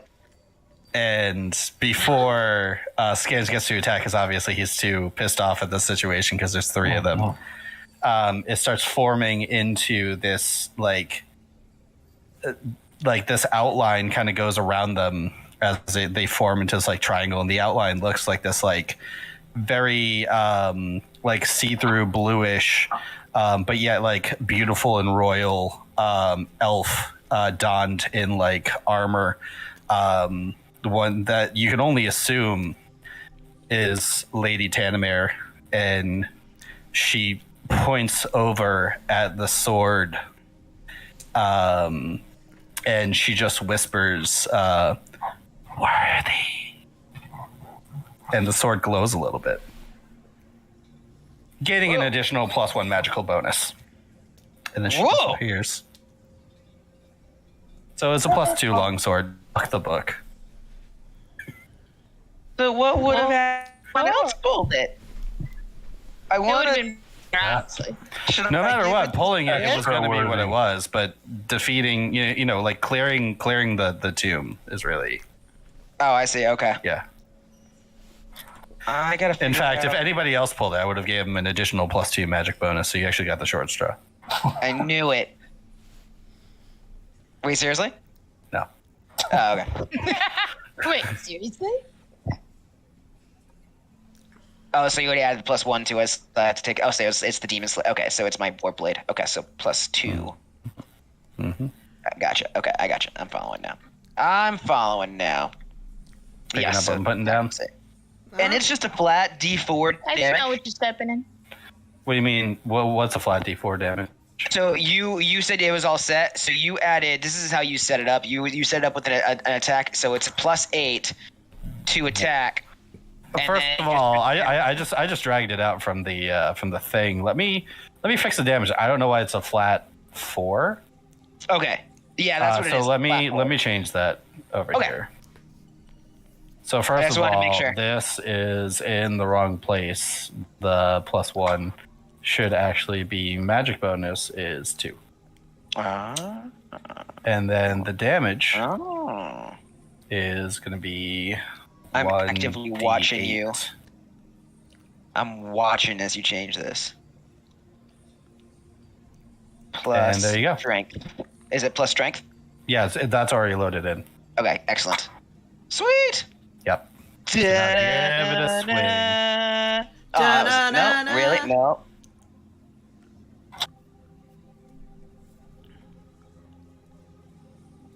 Yeah, that makes sense. Yeah, that worked out. There you go. All right, cool. Yeah. And then if it's against a dragon, it's an extra 3d6. Mm-hmm. Cool.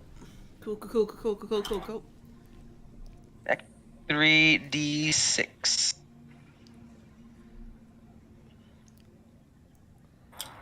All right, so you guys know. I kind of like. What was standing? Yeah. In an empty tomb. You can go on. I was just filling the silence. I mean, now what? I mean, I guess we just leave the tomb. Well, we got the sword. Time to get out of here and find the dragon. Time to clear Master Ion's name. Exactly. I don't think that we rolled for this today. So, Sync, you kind of look upon the sword. Oh yeah, for sure. you kind of stop as you catch a reflection in the sword, and you just kind of sit there and look at it, unmoving. I have just looking at the heroic reflection in this magical blade. Roll me a d20. Yes, sir. I totally forgot about that. And you wrote down your range, right? I did. Okay. I wrote down everything that you wrote me to do. You mean yes? I wrote down yes. I see. What's your range right now? My range, you said. So I have right now 2 2 or lower. Okay, so don't roll 2 or lower. Go for it. Flat D20. Flat D20. Ooh, my so close. By the way, just like you know, in the future, this is nothing that you can do an inspiration roll on. Actually, wait, no. This definitely is. Never mind. Yeah. Okay. So now you got to update it to next time you can't roll 3 or lower. Oh my god. But yeah, you stand there as everybody else is, I guess, piling out or something. You just stand there looking at yourself in the blade. I will keep looking at myself in the blade until Do someone any of notices. us notice? Oh yeah, no, he's just. I mean, like, I don't know what you guys are doing. If you guys want to act that one out, but just know that the whole time he is looking at the blade. And he told us to expect this. He told us to expect this as well. Yeah. Oh my So god! I look back and I'm like, I fucking love alright, it. you alright? There's so much art coming out of this fucking stream.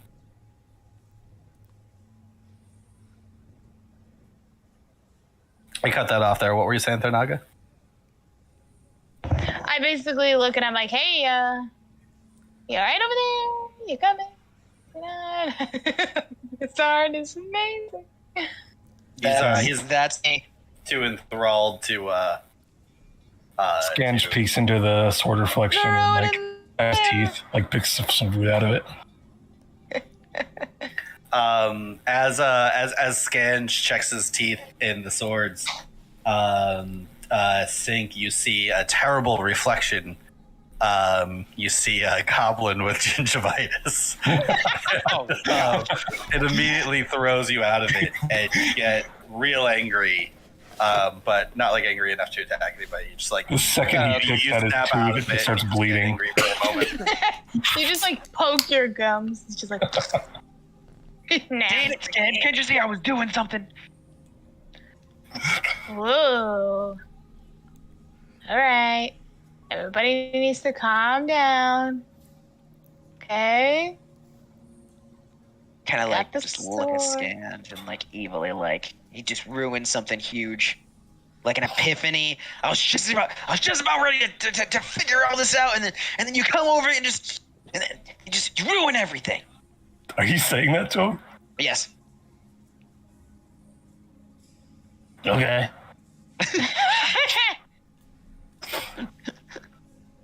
Oh, what was in that sword anyway? You looks cool. I kind of ignore that question.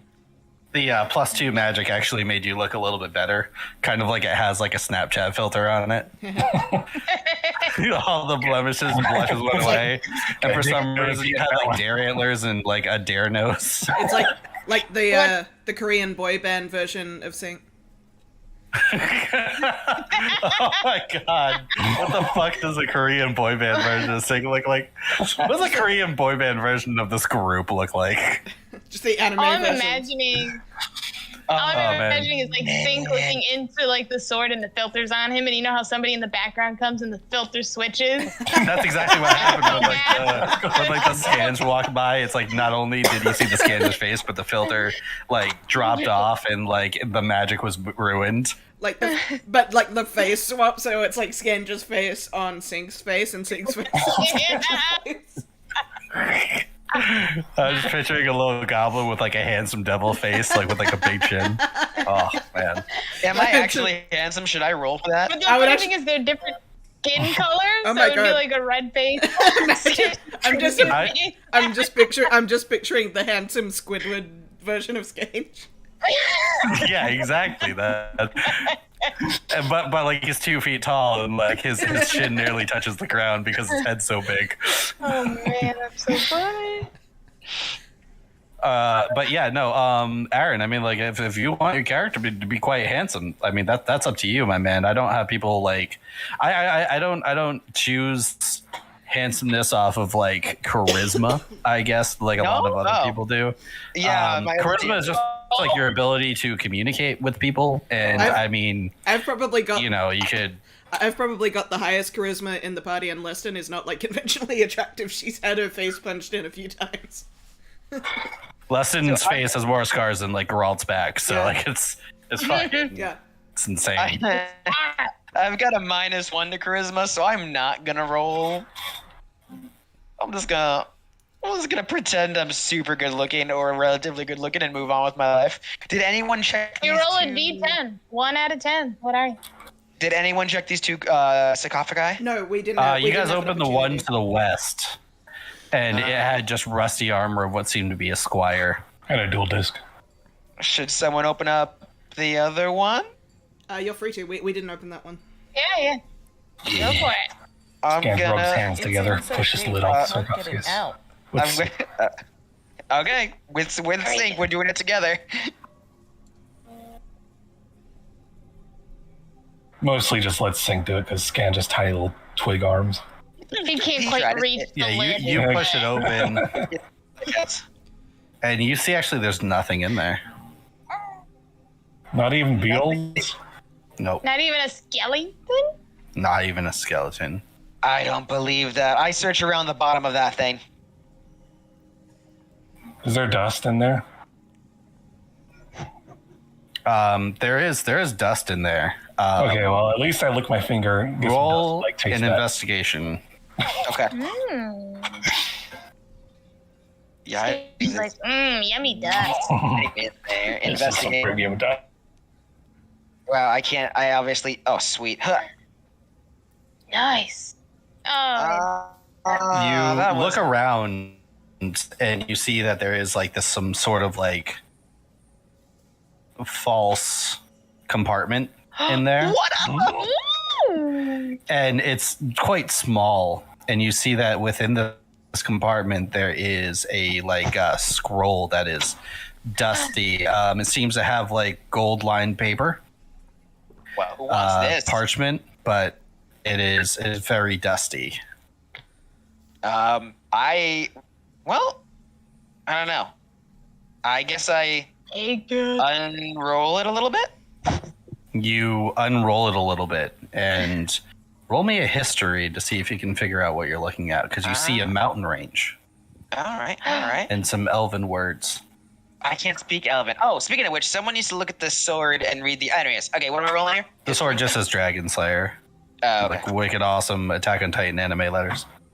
Attack on anime letters. Oh wow. I have Yeah, a you, plus 6 to intelligence checks. I should do you- it way more often than I do. You Right? should. Because you is so smart. You look at this map and you kind of put 2 and 2 together, and then you remember the dragon flying off towards the southeast, and you kind of look at this map and you remember that the Sword Mountains looks very close to this. There's some writing on it.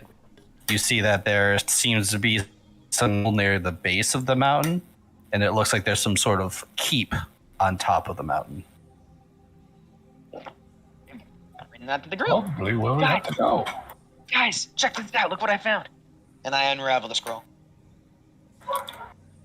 Did you draw that yourself? I did. As you show Leston, the map translates through her helmet, Oh, yeah. and it comes up as Spire of Ice Mountain Peak. That's definitely where we have to go. We should probably like get some like anti-frost. Good idea when we were still in the city, but we've left now. I think with Sing's condition, we don't really have time to go back. I don't really want to double back. He's getting worse. Are you looking for a sweater? A nice jumper? Best time to wear a nice sweater Is is all the time. Turtleneck hat. Fine. We're nothing but just terrible people with SpongeBob quotes. I was watching a show earlier, and this guy was like, "Oh, look what I wrote when I was like 3. My heroes are Mom, Dad, and SpongeBob. I guess it's just SpongeBob now." And I'm like, "Yep, SpongeBob is just everybody's hero."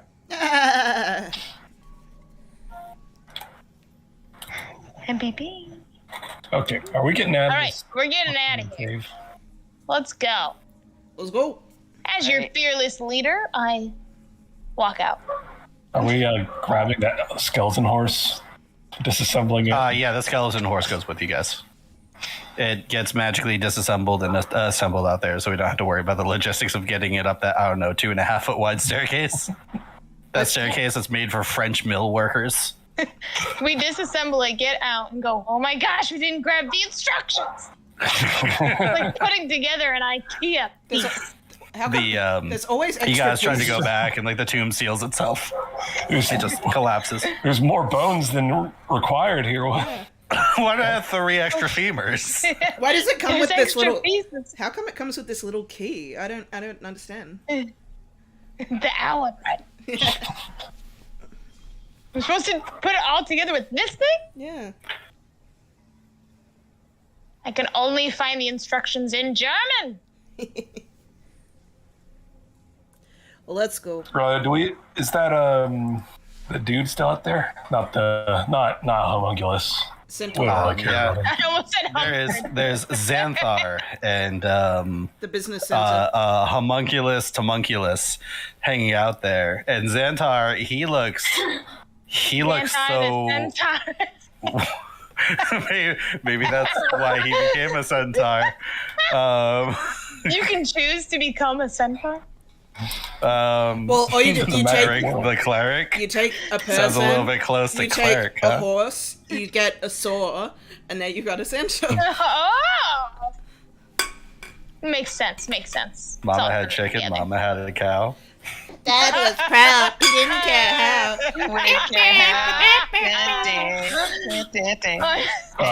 It's like because we all watched cartoons in the 90s and early 2000s. So it was great. It's a great time. Everybody Love watching the stream is like, what are they even talking about? Are we out of the cave? Are we heading out now? Yeah, we're gone. So you guys are out, and you guys see that Xanthar is. I'm pretty sure his name was like Xanthar. Xanth. There we go. Xanth Yeah. the centaur. Xanthar, the centaur. You guys see that he's sitting by a fire cooking some like vegan mushroom stew, Tofu. and he just looks so worn out, like emotionally and mentally, as he stares at Homunculus, who seems like he has not stopped talking for this entire time you guys have been in the dungeon. He's like, That tracks. and then in 862, Lady Tanamere got a permit from the town of Neverwinter to bring some adventurers to go slay this. And it's just like he's like, oh hey, look at the adventurers coming over here, and then like he leaves. He goes back into the hut. Look, a distraction. What's that? And then he backs away. Oh, like look. he's been backing away this whole station. Oh look, So- a This is the three-headed Grand monkey. Stalker. So we're out the cave. Where? Yeah, we're Yeah, you at, guys are out of the cave. Sweet.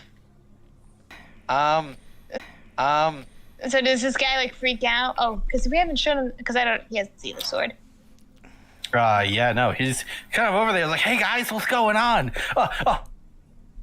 Is that a skeleton horse?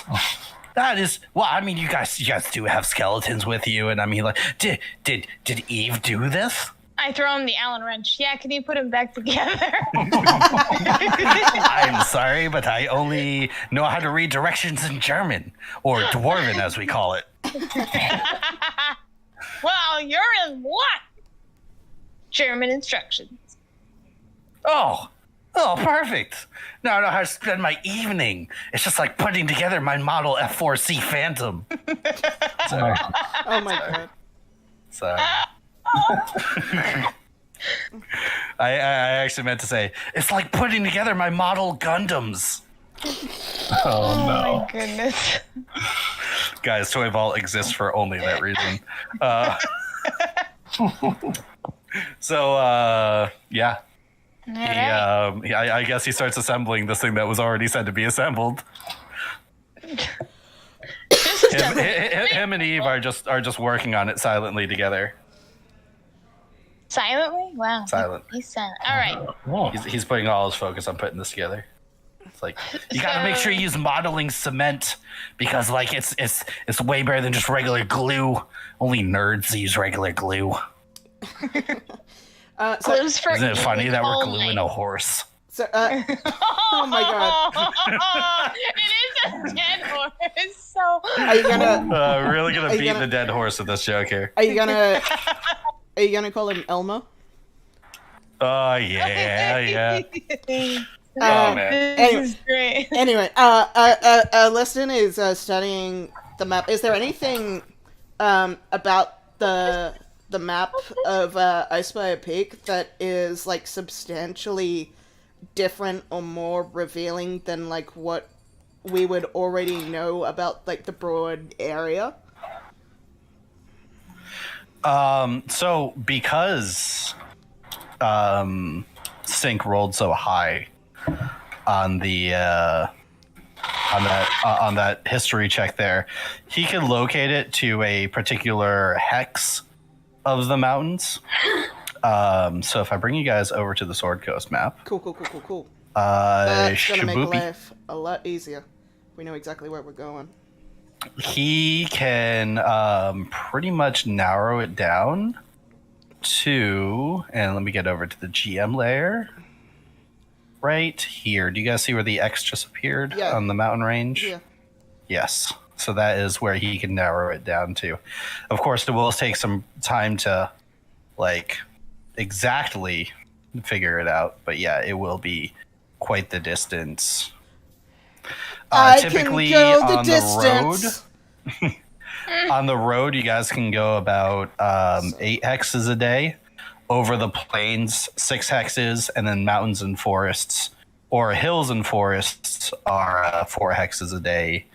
And mountain ranges, well, those take a while to climb. So make sure you have your climbing gear, your cold weather gear, extra rations. Extra rations, Leah. I don't know what those are. Shut the fuck up. And I'll just heal myself. Okay, jeez. No, you just take con damage. You just die. You just get exhausted. When, and you die. when it's kind of like on the way to Phandalin. So when people left Phandalin and they went into Axum, like people left stuff behind. A lot of stuff. So we could go there and like stock up with like climbing gear and stuff. Just leave a little IOU on the desk. Yeah. Yeah, we were totally gonna pay for that. Yeah. Well, I mean, also we have been like hired to like kill the dragon. I'm sure they won't mind. Yeah. Yeah, so you guys can make a pit stop there. Yeah. But yet again, and I'm just gonna put this in the rules, so I had this down, even though we've used these kind of game rules for a little while. So roads, 8 hexes per day.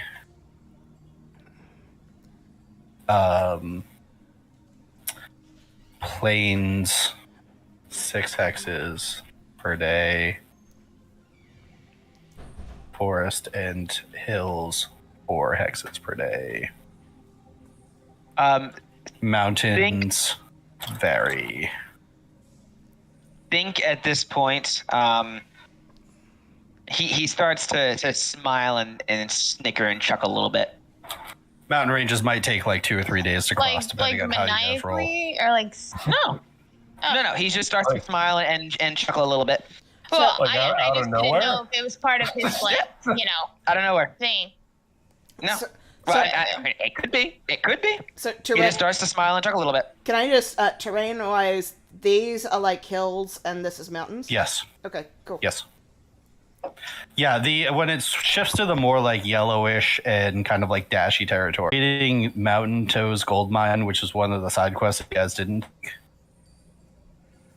Okay, I'm not going to finish that statement. I think our course of action, follow the road because we can move quickly, go in Phandalin, and then like try and stay like either road or hill, and like we know where the mountain is, and then like go straight to the mountain. We want to like not be on the mountain as much as possible, like stay hills are sort of traversable, and then just go like straight to the actual mountain we want to get to. I agree. I was thinking the same thing. At this point, Steven, I'm going to do it. Okay. I look at the group, and I just I talk to myself, and I He's say, gonna freaking kill us now! I talk to myself and say, "It has been done, Master. I have what we needed," and I blink away. I freaking told you! I freaking told all of you! Yeah, fuck. I behind the tree and start laughing. I really think I would do that. Yeah, I do. If I wanted to do that, I would have just gotten on the broom and flown away. Remember flying broom? That was the best prank ever. Nah. He jumps out from behind the tree and it just says prank. That was pretty good. I told Steven I was going to do that because you guys are so skeptical of me. It's crazy. You're pointing to your broom, which has like some weird camera on it. Look at it. Look at your This is a GoPro for reaction cam. I did use my one blink for that for the day though because it was hilarious. And even Dustin's like, crap. No, yo. After you sent me that message, if you don't want me to have it again, I'm like, no, it's fine. Then you did that. I was like, I knew it. The broom is trying to sneak into the dungeon right now to sweep up all that dust. It's like listen, it's like bristles are trying to toe tip over there into two different types of bristles and 19 I don't know 40s Disney animation style. The broom or the mob Fantasia. I head over there with my broom and start sweeping then if that's what it wants. I don't care. I'll just start sweeping away. You can hear it lowly, but it makes sexual moanings as you sweep the dust. Oh, no. Because that's what the brooms are made to do. I was going to make that a thing that the broom actually did, and then you said that, and now I'm changing my mind on that drastically. Too bad. It happened. Oh, I think. All right, that was fun. That was fun. I got you guys. That was good. You totally had me 100%. I got you. 100%. Oh, I was waiting the entire day for that. I had planned to do that last week. Scange is still convinced that you disappeared and didn't see that you came back. You're just oblivious. You're like, I got you. Disappeared. Now there's some guy sweeping up the stage. What the fuck? Now I'm hiding from Scange specifically, tiptoeing, and that's what I'm gonna do. I'm just gonna hide from Scange specifically. Scange is venting to Thurnaga about how he never trusted Sync, and now he knew this was gonna happen the whole time.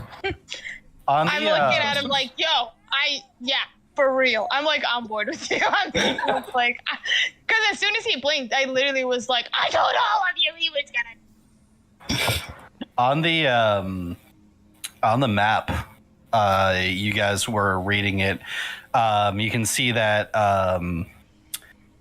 there is the keep up top, and that is the Icefire Keep. On the bottom there is that temple area that's pointed to. It looks kind of like a temple with fortress walls, and that is labeled Calderfell or Calderfjell. It's a weird fucking Calderfield. Say it. Calderfield. Yeah, sure. I'll spell it Kal. Going just fine. DRFJ. What? ELL. No, somebody sat on their keyboard. That's what that really takes a turn. I mean, honestly, if anyone's going to pronounce it here, I trust Badger's pronunciation. I'm pretty sure she was born in Sweden or some shit. I was actually. There you go. So you are our expert Swede here. I mean, I don't actually. The author of this is Matthias or Matthias. So yeah, I'm assuming. Yeah. The trick to doing a Swedish accent is you just kind of go up and down a little bit because they have a pitch accent, so it's just Calderfield. Probably, yeah. Calderfield. Yep. So are we making our way over there now then? Yep. Let's head Making our way downtown. Walk is We don't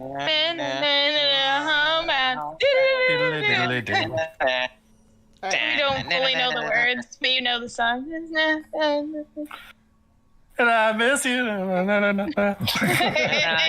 Yes. All I think is Now I wonder if I could fall. I have like vivid memories of like White chicks? being like 8 years old, and my mom listened to that on the radio, on the radio just constantly. To be perfectly honest, I remember getting the Now That's What I Call Music Volume 4 with that on it. That and like Nickelback was on there. And like fucking 7-year-old, 8-year-old me was like, this is great music. Yeah, in Australia we have our own version of that, so it's called So Fresh. So it's like So Fresh, the hits of winter 2003. Jesus. Yeah, we have our own version of that, and I would get that too. And like we'd have our own like Australian songs on it, so it's just like, So Fresh, the hits of summer 2003, Delta Goodrum. It's just like, you have no idea who the fuck I'm talking about, but it's just like, yeah, that's like how to age in Australian. Just be like, do you have the So Fresh hits of winter 2003 with like the fucking Holly Valance from Neighbours on it? It's just like, yeah. I think I just found your new talking point on your Sunday show. I know, right? Yeah, I should talk about that. Definitely. I think a lot of people that listen to the radio can relate, especially if they're going to work. Yeah. That song just makes me think of white chicks. That's it. I mean, that too, yeah. But yeah, no, just those old Now CDs. Oh, man. It's something. I was not very into music when I was younger. I literally traded my sister my like Backstreet Boy CD for a book. So I was Steven, like, just 1 second. Nerd. Okay, I just had to get that out. I was the exact same way. I rolled again because it's starting to get more frequently, and I got a 4. Oh no. Well, no, it's not. It's something that you roll every day. It's not something that you roll. Every moment. I thought we haven't do it essentially. No, we haven't. I'll let you guys know when to roll it again. No, I started getting more into music like when we got cable and I got like music video channels. So as I got like a little bit older and I started watching music videos was when I started getting into music. So like when I was like some teenager. VH1 behind the scenes.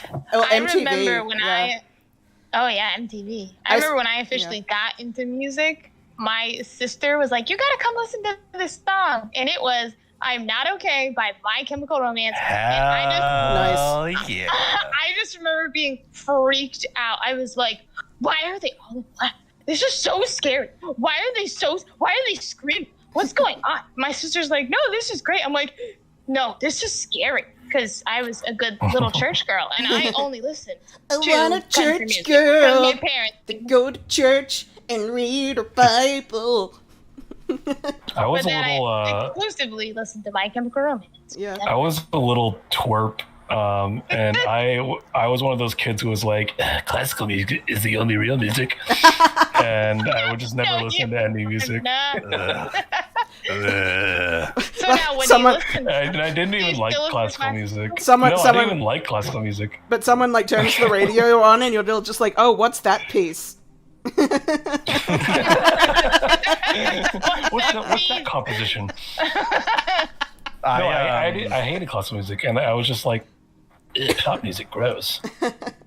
I got into music probably like the 7th grade on the bus. I think it was like 6th grade. My buddy, it was 7th grade. My buddy was always like, he had a System of a Down CD and like a nice player. We would like share headphones, like constantly listen to that. That was awesome. The year before, I had my own CD player. I borrowed one of my dad's CD, the self-titled Eve 6 CD that had the Inside Out song on it. I listened to like the whole fucking CD like a million times. It was great. And my buddy let me borrow her American Idiot Green Day CD, and that was also fucking fire. I will say, say, in fairness, I actually always had like a good upbringing in music because my parents grew up like they were like teenagers in like the late 60s, early 70s, so they grew up with like really awesome music. So I've always had that music in the background of my life as being like around, but like developing my own taste in music didn't happen till I was a teenager. But my parents actually have a really good taste in like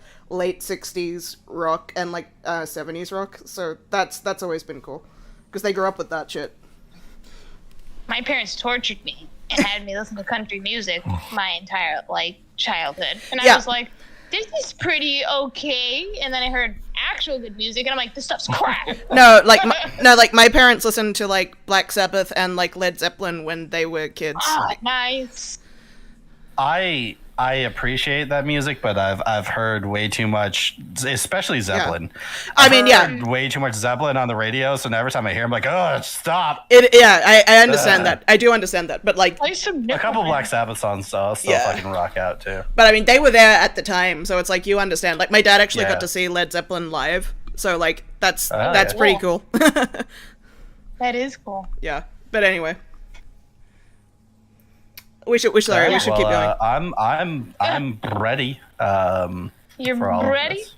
All right, we're walking.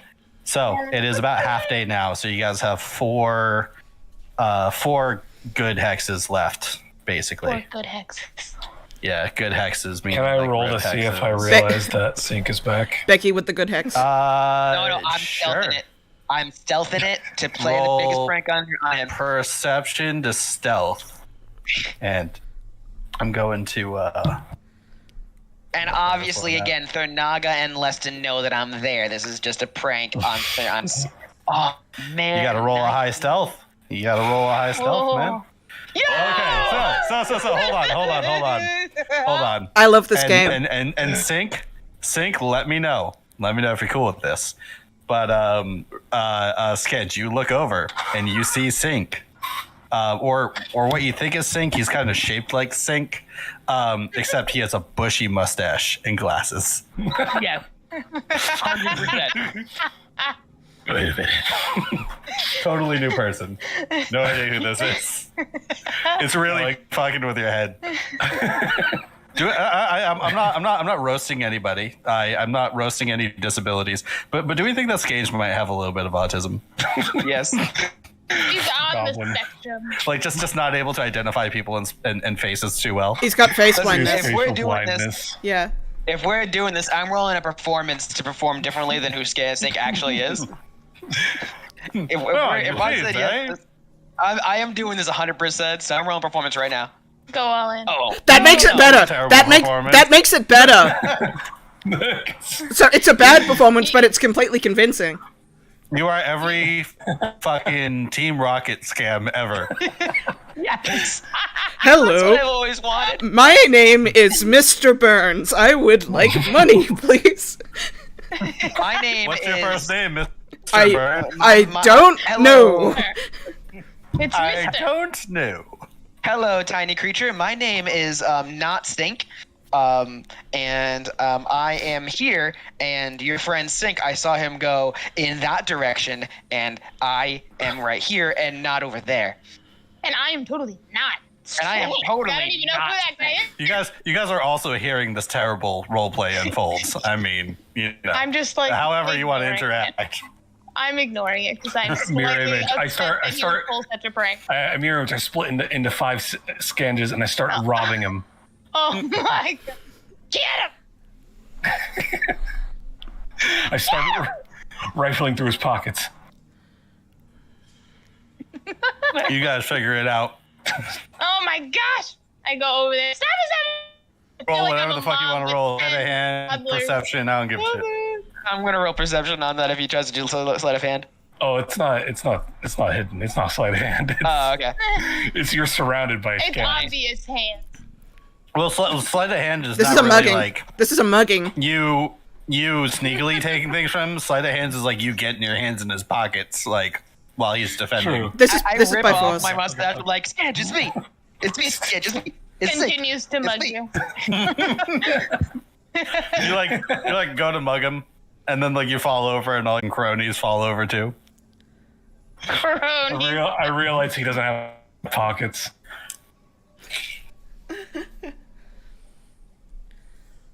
But I got you good, huh, buddy? Yes, I did. You fell for the hook, line, and sinker. You betrayed us. No, I didn't. It was a joke. I should have known. Aspanaga, they saw me. You didn't see me. You betrayed him because you don't have pockets for him to pick. Oh, that I did. I That's definitely a true betrayed the whole betrayal. pockets thing. Oh man, I'm dying. This is way too funny. Ugh. Rolls over like this. Yes, that's exactly how Scanch rolled over. He's crying, looking right up at the thing. I thought you were gone forever. I'm like, kneel down and Scanch. No, my friend. I will always return and come back for you guys. You guys are my family. Even if I horribly betray you in an unforgivable way. I would always forgive you, Scanch. I gotta get a better image for this. It's not doing it justice. It's not. I love that you guys are having a moment right now. Let Thanaga. It's Let them. because we're Yeah, family. Let them hug. We just stare. My eyes They're get just, a little. just staring. Thanaga's like welled making up. like a motion of pushing their head together, just like, now kiss. Can you feel the love tonight? Oh, fuck yeah. Scanch 100% goes into kiss sync and he's like, what the heck are you doing? It's the awkward slow-mo, him puckering his lips out way too far.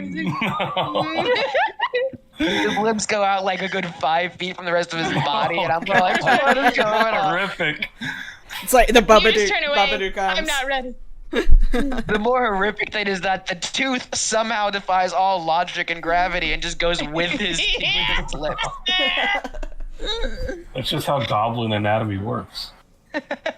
There we go. I got the proper picture in there. That's way better. Yay! The gift work. Oh my gosh, yes. Bro, man. Bro, man. Bro, man. Oh, that was funny. Me and Skid, we obviously make up, and we get going, I guess. Yeah. You guys walk hand in hand. Oh, this kid No, keeps I trying to grab your hand. You're like pushing it away. Like, that's enough. The moment's open. You're like, Yeah, moment's gone. Stop it. all right, lovebirds, let's get going. Either that or Scange pretends that he actually holds my hand, but really I have him like 2 feet off the ground. Just dragging him. Sky love between two guys. Oh my god.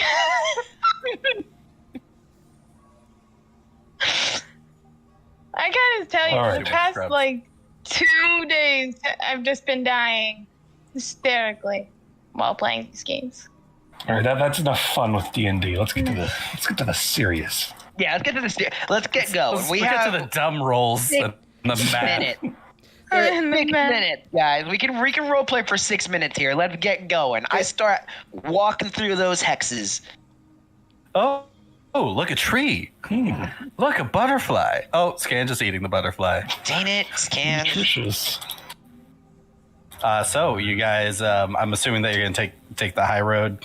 4 hexes on there, just about. Yeah, I just kind of scat ahead. So I'm kind of like surfing on my broom, and I got Ferno with me, and I'm like scatting ahead on that thing. I have one question. Is your broom silver? So are you essentially the silver surfer at this point? That would be That's all awesome. that I was going. And, I didn't actually. I was gonna give you an inspiration point for today, but I'm taking that away. No! I was so close! He's not even surfing on it, though. 6 minutes left. What is this? What am I looking at? Couldn't tell. What?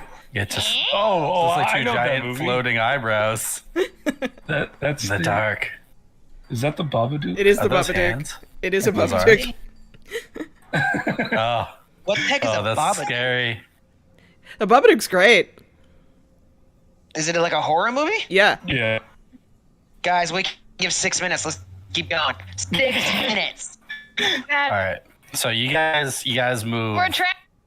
4 squares, 4 hexes. 1, 2, 3, 4. There, I moved you, and you find a nice place to camp We never did on this. the high road. Never did this quest.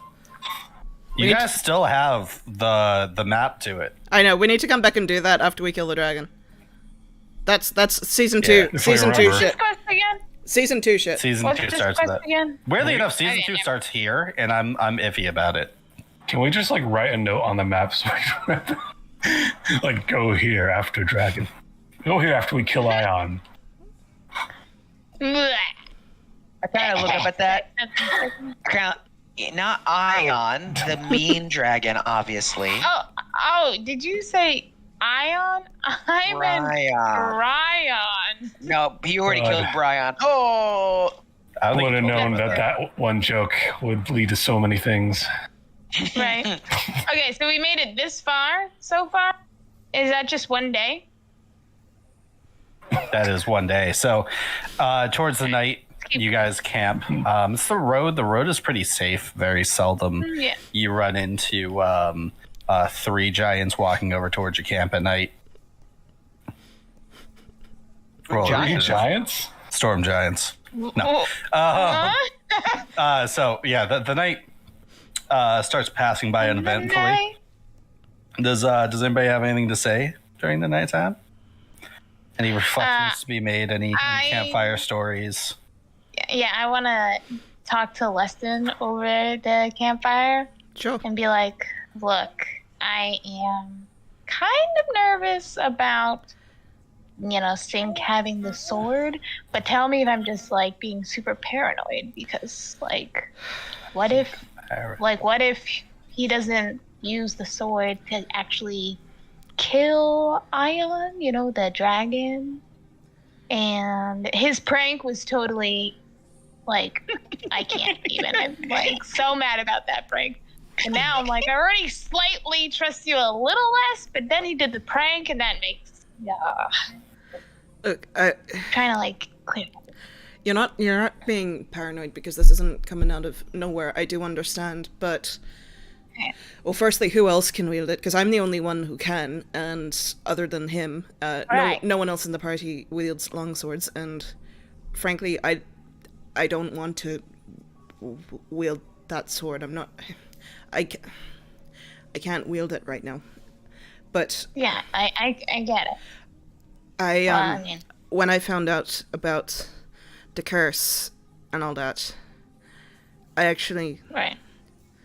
I think I actually am less concerned about Sink now than I was once he told us the truth. Like, in a weird way, actually being told that he'd been told to murder me, the fact that he told me that actually made me trust him more.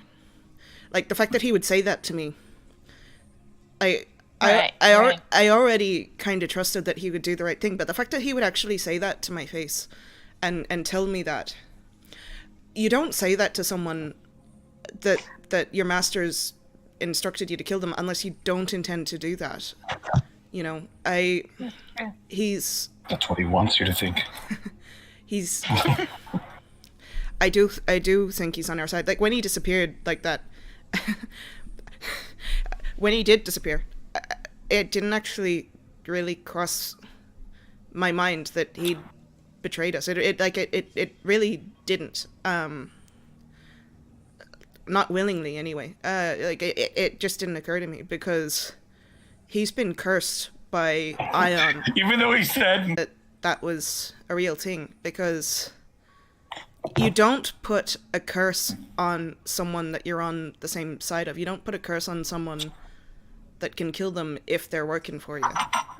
You just don't. Yeah. Well, I figured I'd talk to you about it because I feel like I'm coming to realize I don't have as much world experience as I would like to. And I consider you one of my closest, and you wouldn't steer me wrong, would ya? I would certainly try not to. Not intentionally. Right. All right. Well, as long as you feel good about it, then I'll feel good about it. Well, I won't let it eat me up inside. At some point, I spent a lot of time not trusting people, and you were some of the first people I found who I feel I can put my trust in. And at some point, you do have to find people who you can trust. And I don't know, if something does go wrong,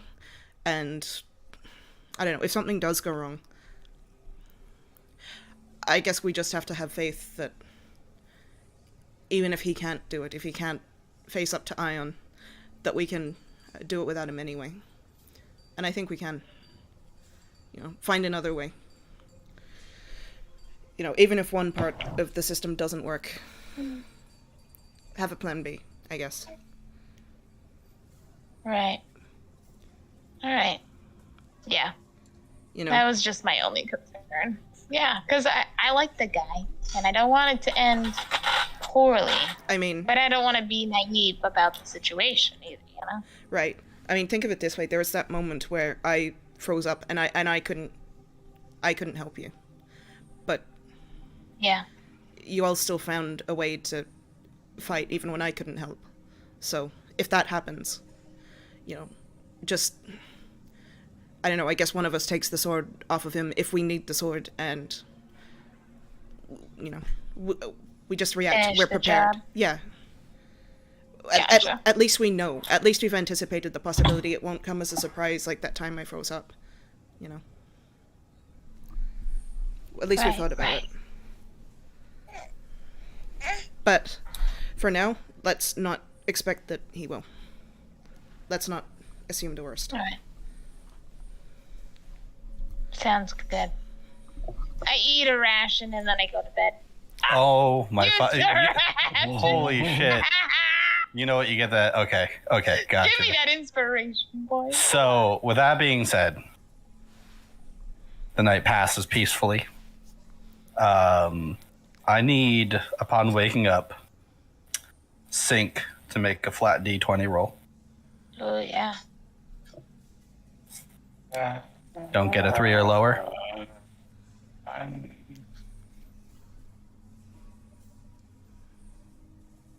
Is it rolling? Did I freeze anything? I don't see anything. All right, you might just have to frozen. Might just have to wait a sec. Yeah. There we go. Woo! Yeah, that's a good one. All right, so now change that to 4 or lower next time. Unbelievable. I thought you were going to say 17 and low. Like, holy crap. So you guys wake up. You guys all subtract a ration from your sheet. Yeah, we do. Do we? Yeah. Somebody said that. Subtracting a ration from my sheet. Watch You know what? You know what? 5 or lower next time. 5 or lower. Ration. Rations. I would think on this. I totally removed a ration. Upkeep of real life things in D&D. Who would do that? I've been doing it. I've been doing it all the time. Watch the streams, motherfuckers. I'm listening. I take off rations when I use them. Listen. I'm a DM, damn it. And gotta do it. Gotta do this. Exactly. Us DMs got to stick together with this. I'm a DM. Obviously, I'm a terrible one. So, with that being said, we're gonna call it here.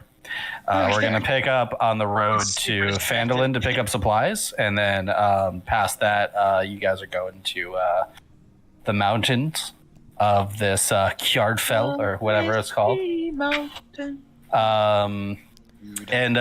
that being said, I'm going to do a post-game awarding of some inspiration points. Yeah. So it's going to go as follows. I don't exactly remember why I gave Can we get the but I was inspiration making a point list theme as song? I was going. Inspiration point theme song. Wait, is there an inspiration point theme It's song? got to be like a game show, you know? Yeah. And your winnings are... I got a major D chord. An inspiration! Hey! Yes. All right, cool. So, Aaron, you get 1 inspiration. I don't remember why. Yay! Badger, Prank. you get inspiration for remembering the blinded condition and the advantage and disadvantage. Fair enough. Yeah, you had one, then you lost it, No! but then you gained it back again for eating a fucking ration. Finally. Whoa, why That was- did I lose it? For the Silver Surfer joke. Because I had to explain my joke. the Silver Surfer joke. That was it, definitely. Oh. And then I would have Rennie, had 2. You bribe me with your art all the time. You get 2. Yeah. I wish I can give more, Rennie. but that would devalue the system. It's the payment form. It's like it's exposure and inspiration points. That's all I got. Can we do a shout out to like new followers? Yeah, everyone following. Yeah, Two new followers. Yeah, I got One of them was my friend. and I mean 3 including you. 3 including you actually. So actually we got a lot of new followers today. I'm really happy with that. Thanks to all the new followers. You guys are great. Well, you got 2 followers today? 3 if I include Well, I sent the link to my friend because he streams. Well, he's starting to stream, and I'm like, watch me play D&D. Yeah, thank you guys so much. I'm really enjoying all the new followers. So thanks so much to friends of the show for. I'm sure they enjoyed us going off on a tangent every 2 minutes. Every 2 seconds. That's Dungeons and Dragons. No, that's what I call music. Yeah, let's talk about that. No, that's what I call D&D. Yeah, that's what I call a distraction. Greatest hits of D&D. No, that's 2022. No, that's what I call ADHD. Yeah. Oh man. All right. Well, G. I'm gonna let you guys know that the next 2 dungeons are gonna be really hard. You said that this time too, and I said that this dungeon was a piece of shit. This dungeon sucks. The only hard part about this dungeon is the boss is invisible all the time, and even then I was like, fuck those rules. I'm gonna nerf them a bit so that way you guys don't have the hardest time in the world. But I can see invisible things, so I was like, psh. You guys don't level up. But I know I said the next 2 dungeons. I'm not sure about the last one. The last one's hit or miss, but this next one, I read the whole thing because I had a lot of time at work. And, is it the mountain that we're going to? It's the mountain that you're going to. All right. And the first part of it is kind of brutal. So maybe we should stop off and there are on the way there. Yeah. I thought that was the plan that you guys were going to stop off at Pangolin. Okay, good. Definitely going to need cold weather gear. Definitely going to need some climbers kits. I have no money, so. Well, we're not. There's nobody there, so like we're not necessarily buying things. Oh, it's abandoned. Yeah, it's abandoned. Yeah, that's right. Yeah, But, I so mean- you don't need money. You can just take it. Actually, It's all integrity. it's actually not stealing if it's abandoned. So like it's fine. It's all good. Like they're coming back. You Yeah, guys I'll know probably that, leave right? money. I know, but like we can pay for it upon our return. It's like I don't think anyone's really worried about. And besides, we're killing a dragon. I think they'll be cool. Yeah. The shopkeep stays there, like in all video games. Like, yes, everybody went to the mountain to evacuate, but I had to stay behind. For I'm an invincible reasons. NPC because I have main storyline data. Yeah. You had to come back and get your potions from somebody, right? So it was me. I am just an otherworldly being. You guys come back to town, and as you go into the shop, there is a skeleton there. Oh no! No! Hey guys, it's Captain Idolism. What are you buying? What are you buying? I mean, in fairness. I wish I made that joke beforehand. Also, 4th wall breaks. I mean, in fairness. How's a vampire costume going? I mean, in fairness, I should not actually be upset to see him. I mean, he gave me shit that totally broke my characters in, like, the best way. So I should actually be pretty happy to see him. And Mari was so broken because of the shit he gave her.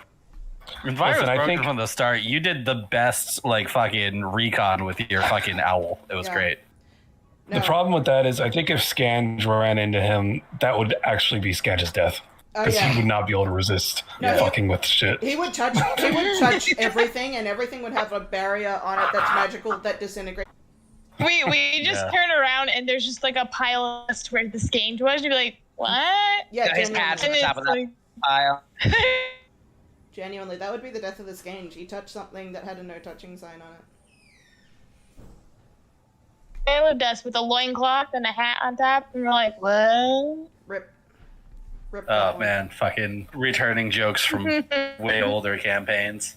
Oof. Rip Bozo. But I've been looking to slap him back into a campaign. Honestly, that wouldn't be the worst place. No, I do like having. That would not be the worst place. I do like have.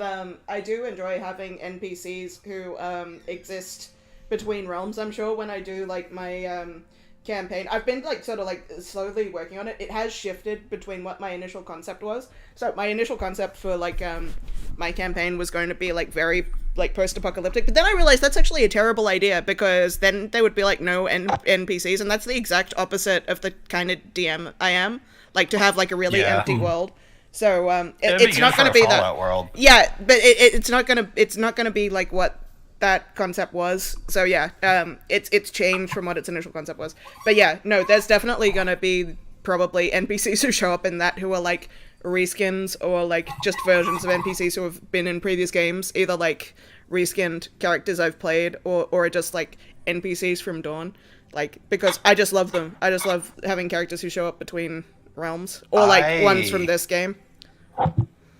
I have a surprise for you then. If I can get together what I want to get together, yeah, there is definitely going to be another Dawn character popping up. Oh yeah, you have permission. You have an unrestricted license. I am abusing that license, but I have to talk to somebody to make this happen properly. And it's going to be something that is going to be very unexpected. I mean, we already kind of know that like all our campaigns are linked because of, for starters, Whistler. So Whistler's been in Aspen. Whistler came from Aspen, Aspen to Dawn. And we know that like Leston is also like a link between campaigns because she was on the Starfall Islands and she's here. So like we have like PCs have linked like a whole bunch of different campaigns, and now we have the fucking MCU of fucking continents together. Right. And the Anashe as well. So the Anashe links Dawn and here as well. So like all these campaigns are linked. And there's going to be another hard link to Dawn as well, too, actually. Nice. So you're telling me there's a possibility of a Dreamt Delpha Scange team up. Dreamt, technically speaking, like if you like look hard enough. Oh, I know, and I mean this is kind of a mirror universe thing, because they are actually not the same character, but like there is a mirror universe version. We know that there is a Bray in the Dragon Age game and there's a Bray in Dawn. They're not the same character, but mirror universe versions of her exist in Dawn and Dragon Age. So like there's kind of like that's like multiverse thing. So there's like that's like the DCU like 52 Earths thing. Right. Yeah. Ghoul lives in Neverwinter. Not in Neverwinter, in Waterdeep right now. Yeah. He lives in the City of the Dead. He's occupied as a gravekeeper, and it does link to the story that like I'm setting up, like the post canon story about how some people got over here. Nice. But he has a lot of trophies from not trophies. There's a lot of memories from the Iron Band, and he did run into an NPC. Or he ran into a PC in Waterdeep, and he helped him out. It was that rogue class that came out that allows you to like see the dead and have like the sixth sense. Yeah. And he made this like elixir that like helped suppress that, because this person didn't want to have that anymore. They were it was a bane on them. I'm gonna say like what like one of the ideas I had for like what the campaign was going to be. I've abandoned that, so I'm happy to tell you what one of my ideas for what the the post-apocalyptic campaign, sort of like Dark Soulsy campaign, was going to be. One of the thoughts I was going to have that I had was it's going to be what happened, because like we didn't finish the Dawn campaign. It's just like, oh well, what happened that you guys didn't prevent the apocalypse? It was going to be a post-apocalyptic like Dawn world. Like so it was going to be like a Dark Soulsy campaign, like where you could run into like versions of characters, and they're like, well, this is like what happened. Like you run into like a version of like the princess, like who's like, you know, like what happened to her, like, you know, like the queen, or like you run into like Tristan Greystone, like, or like a Dark Soulsy version of that, like what happened to him, or like, and what happened to sad and depressed. Yeah, like a Dark Souls boss version. We're probably a Dark Souls boss version of Xiaodan, or like who? Wait, who's that? Who? Yeah, who? Yeah. We're probably on the same page a little bit. Yeah. Because the canon that happened so far, as well as Ghoul, and what I'm going to introduce here is, and this happened long ago, so they've recovered from that. But the heroes from that time weren't heroes. They actually failed at their endeavor to stop Serapan, and most of them died in the process. Nice. With Ghoul, and I think probably like one other person surviving, but Survivor's Guild or Overextension, I think it was well, actually I can't say because that's what I'm going to be introducing. So it's an alternate history. And it's probably about it's an alternate history timeline, but if they you want to they work are connected. If you want to work with me on any of that, like let me know because I'll tell you some stuff. I'll give you some. There is info something if I you need to double check with you, and that's just the name of the order of the something arrows. I forgot. Oh yeah, sure. All But right, I'm gonna cut out. sure, but if you need any like Dawn lore about like things that like what would have happened if this happened and you're like not sure or like you want to know any like character motives that like didn't get explored, like let me know and I'll be happy to discuss you with that because like I'm not going to end up doing that Dark Souls universe thing. It's going to be like a fresh universe because like it just like wouldn't end up being fun for me to do like a universe like where there's like not many like NPCs and that. It's just going to be like a fresh Pathfinder universe. I still need to like familiarize myself more with like Pathfinder rules. It's going to be just a fresh universe. Going in between Pathfinder and Starfinder and 5e has been racking my brain so hard. So it's definitely something I like, Rennie, he's in 5e and he's in Starfinder, and like he saw that yesterday I was mixing up Pathfinder 2e and Starfinder rules for healing. Like it was insane. I've been playing a lot of like Fire Emblem recently, so I think I'm probably going to take a bit more inspiration from like instead of like Dark Souls, which I'm actually not that familiar with other than watching other people play it. It's probably going to be like a bit more like maybe a bit more Fire Emblem-y, which will be like not like tactics and that, but like a bit more like that, which actually I think works well with Pathfinder because there's a bit more martial skill involved as opposed to 5e. So maybe it'll work well like that, being a bit more of like a Fire Emblem-y style universe. I'm always excited. I'm always excited to see what you're bringing to the table because I know that you think a lot about the background and everything. That's why. That's like why I'm so scared to like DM because I know that I would be so like, oh, I gotta make everything something unique. Oh no! I'd just be so averse to wanting to. Don't hold yourself do to that. the standard of Badger. No, because this is my creative that's outlet. how I sleep at night DMing. I just know myself. I know that Badger's 10 times better. I'm gonna do what I do. No, I'm not. I'm not. No. This is just like I am like. There's so many aspects of DMing that I'm not good at. Like just like writing like characters and like stories and that's literally just my creative outlet. I'm actually probably not good at a lot of the technical aspects of DMing. Like I just enjoy writing stories because like that is literally my creative outlet and that's why I like doing it. I probably like suck at a lot of the other aspects of it compared to other people at like the mechanical aspects like of it. you got a really good hold of the rules, and the thing is that's what my major OCD. My major OCD is when people like not when people like don't know rules and they need to learn because like I'll let them know, but like when they like continuously fuck things up. Yet again, there was a podcast I listened to, and they use like an Unearth Arcana version of the Spore Druid, and even though the new version came out, they did not go to it, and the Unearthed version is very broken. And every time they mentioned it, my eye twitched. Like I get so fucking angry. Right. I think I tried to be just good enough at the mechanical side of things to like not be bad, but like that is absolutely not my strength as a DM. Like I just tried like my focus is like because that's just what I enjoy. I like making stories and that, but no, like if I like my weakness as a DM, I could not do like a dungeon crawl campaign. There are DMs who are so much better at that side of things than me. I could not do, the adventure style D&D where you have to play strictly by those rules. I probably could not run a game like that. If someone played a game like that with me, they would think I was a terrible DM. But no, like I'm just I like doing the world building and NPC building side of things. That's what I do. that's my thing. like Dan's campaign. Oh, that's how it's linked. Dan's campaign, Dungeon of the Mad Mage. That's the campaign where previously those characters, a couple of those characters that transferred over, have met Ghoul. Oh yeah. Yeah, because that's oh yeah. Game. Oh, and I would suck. So that's where the link is. And I would suck at running a campaign off book as well. I would be probably shit at running a campaign off book. Like I wouldn't be good at that, and I would get bored really, really quickly running a campaign off book. Like that's just I would be just my recommendation is like get the gist of what the book is doing, follow a bit of it to see how kind of their style is. But then, like, insert a lot of other things. I insert a lot of other things. This dungeon that you're going to below the keep is a dungeon that I took from DM Dave. Like, there's a lot of things I threw in there. We sidetracked to Neverwinter. Yeah. I forgot why, but for, like, a whole different thing that wasn't in the book. I mean, I understand what you're saying. Yeah.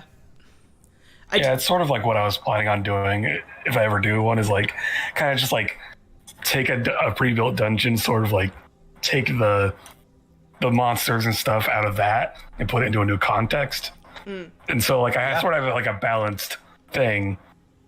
But so like somebody balanced it for you, you can just get your own kind of area and creativity with it. I do understand what you're saying, but I also feel like if I did that, I would probably get so bored running a book campaign because like that's literally what is fun for me as a DM is making stuff up, making up my own world. So like I just can't imagine that I would have fun running off a book. Like I think I would suck as that sort of DM running off book because I would just get bored so quickly. Like, but that's why I like playing campaigns with you because you actually are really good at taking a book and making it interesting and creative in a way that I don't think I could. Like, because I feel like I would just get really bored rather than actually take a book and make it my own. Yeah, you know, it's all about style. Like, initially, I wanted to do what you did. When I was doing the Aspen campaign, I wanted a world that, like, I could make that was interactive, that was reactive to what you guys did, and you did that very well with Dawn. I feel like I did it okay with the first run-through, but the reason why I never did Season 2 was because I never took any notes.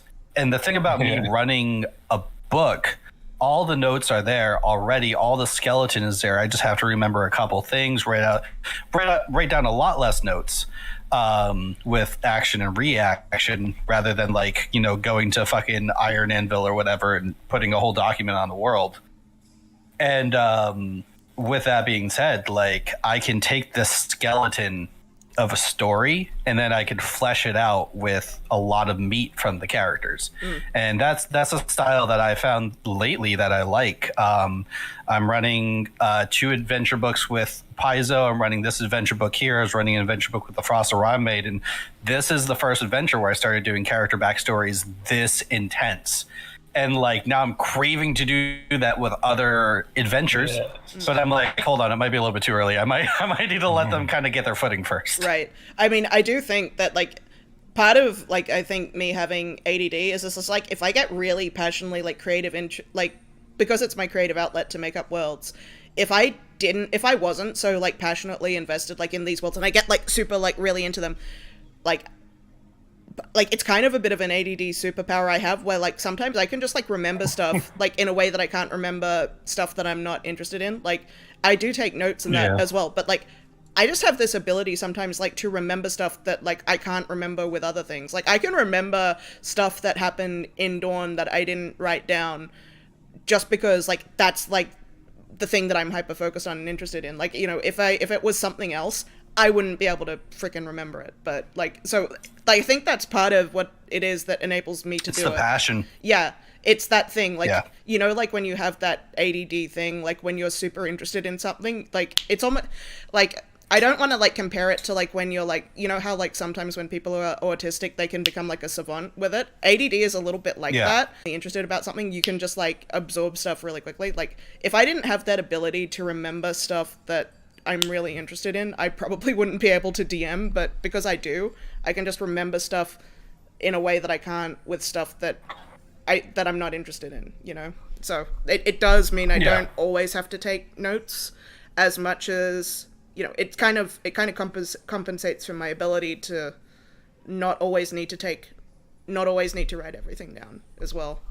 Like I can just remember what I did last week and what my plan for next week was sometimes, which is kind of like, oh wow, that's great. But if we took like massive breaks, I think it would be bad too, because we have such good continuity, like where we play every week, it really helps too. Yeah. And we have a dedicated note taker. Yeah. We do.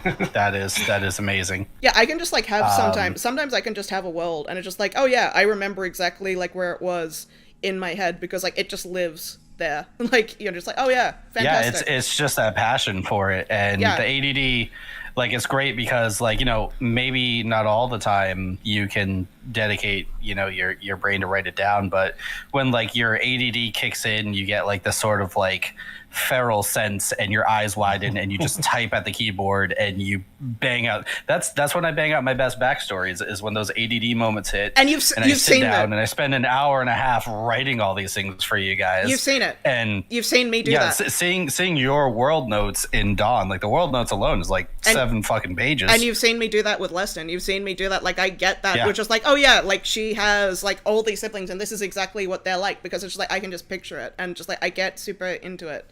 Like, I have a personality for each of her siblings. It just comes out. It's just like, yeah, it's just there. No, but like, I don't know like how it works that way, but it's just like I can remember where like an NPC that you guys haven't interacted with. Like I remember where Farron was. Like, do you even remember Farron? I remember where you guys left Farron. I don't remember exactly who. You don't Farron remember is. him. He was the furbolg who you guys gave all the weed to. Yeah. Around Actually, fucking hippies. Yeah. I think that was one I missed.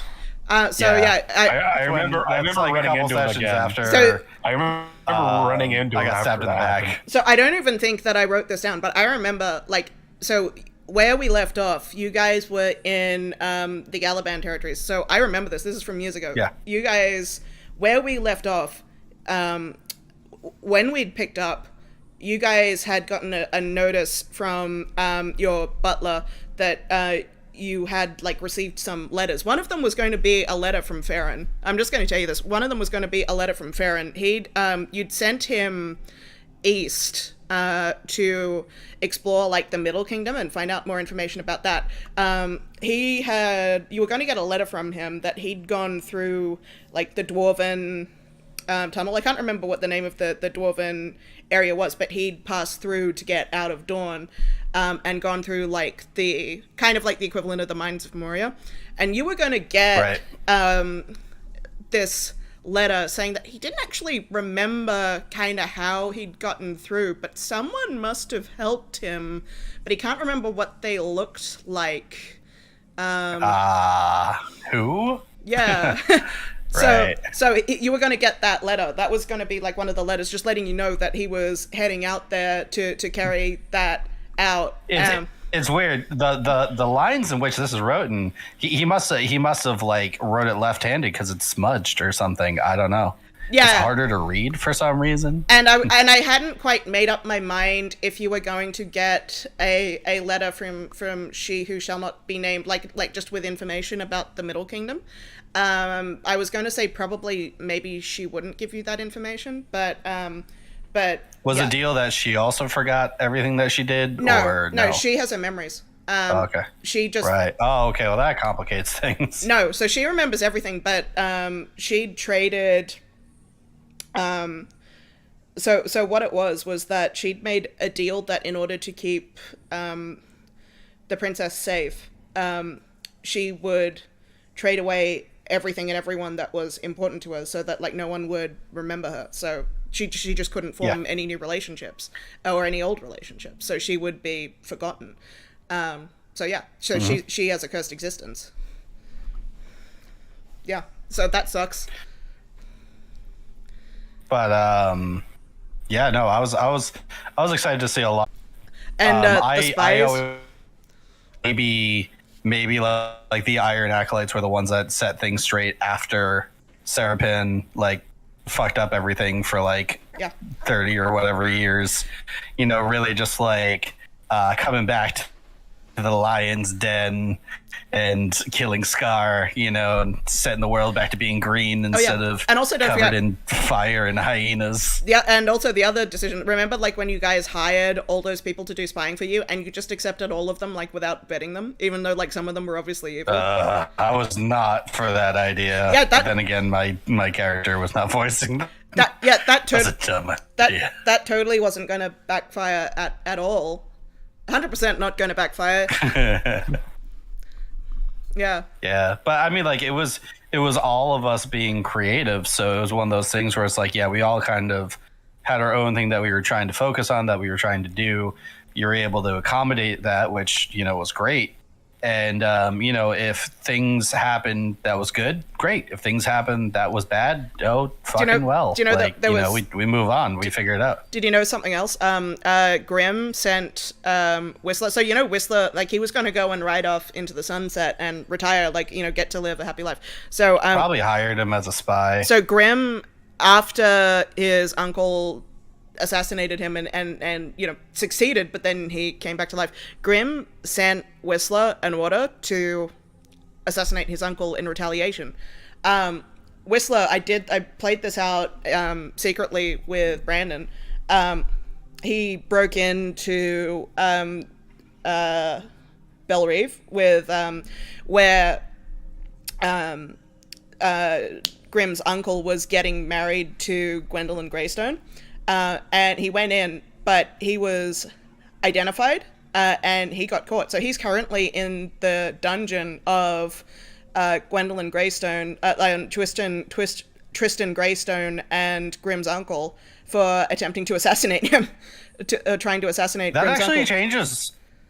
That actually changes a little bit of things, because during this break, I was going to have you guys play a one-off where Whistler did make it back to Asbin. Yeah. And none of you guys knew this. He was going to hire a team of mercenaries to help him gain his castle back, because he, at the end of the season of the Asbin campaign, got the castle card where he has a keep. Me and him went over the details of the keep already. Well, like, he way could. Back when. I will say he could but actually it's be filled with monsters. I will actually say he could actually the caveat. have been released. But do you want to get like a major campaign spoiler of like what would have happened? I mean, sure.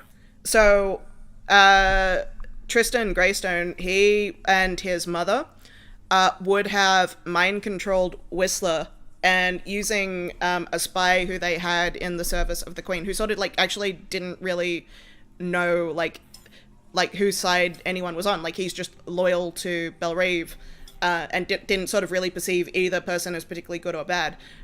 Would have gone and used Whistler to infiltrate the castle before the wizards had finished building the vault in which to store the Hand of Vecna, and would have used Whistler to steal the Hand of Vecna from the vault and get it back to Tristan Greystone and his mother. And so you guys would have gotten this sudden message from the Anashe saying, "I'm sorry, I failed to keep my word," and Grim would have gotten his eye back, and that would have been like, oh, shit. That deal I made to lose my eye in order to keep the Hand of Vecna safe from this narrow list of people who are allowed to be in possession of it. Someone's in possession of it, and we don't know who it is. That would have been a crazy twist. And yeah. Whistler wouldn't remember doing it because Duchess Josephine has the ability to modify memory. So she would have gotten rid of his memory of them ordering him to do it. God, modify memory is great. Yeah, but that's definitely not going to be a thing in this campaign. But the Greystones would have released Whistler, most likely, because they consider you guys to be potential allies, who they like you more than they like the Queen. So, like, they wouldn't have necessarily wanted to turn Grim against them. And they don't actually necessarily want to make enemies of the Queen. They're not sure yet if she's a weak Queen, considering she did defeat Serapan. They're not sure. The political, landscape was very new, basically towards the end of that campaign. So, yeah.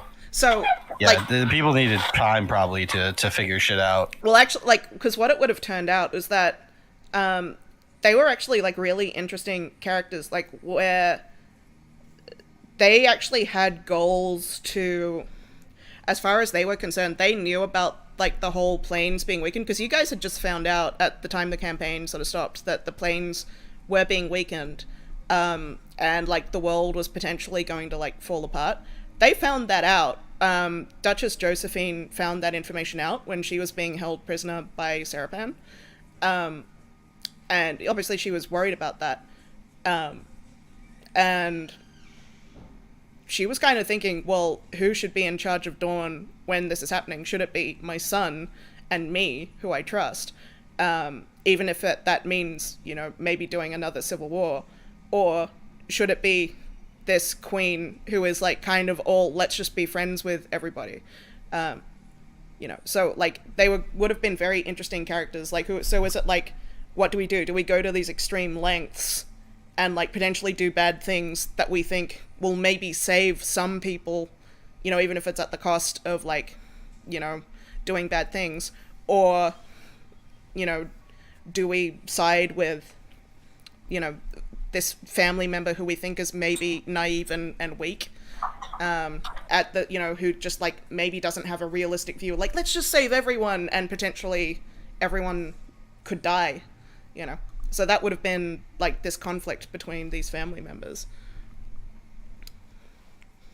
So that's how that would have played out. Jesus. Yeah. Well, yeah, no, I'm definitely gonna talk to you about that, because I got some Dawn stuff coming up. I gotta talk to somebody else first though. Yeah, no worries. Make this happen. But it's gonna be a bit of a reveal. It's a bit of a stretch yet again. There's some sort of time gap in the alternate universe I'm running. And I don't know how Ghoul was still alive for Waterdeep.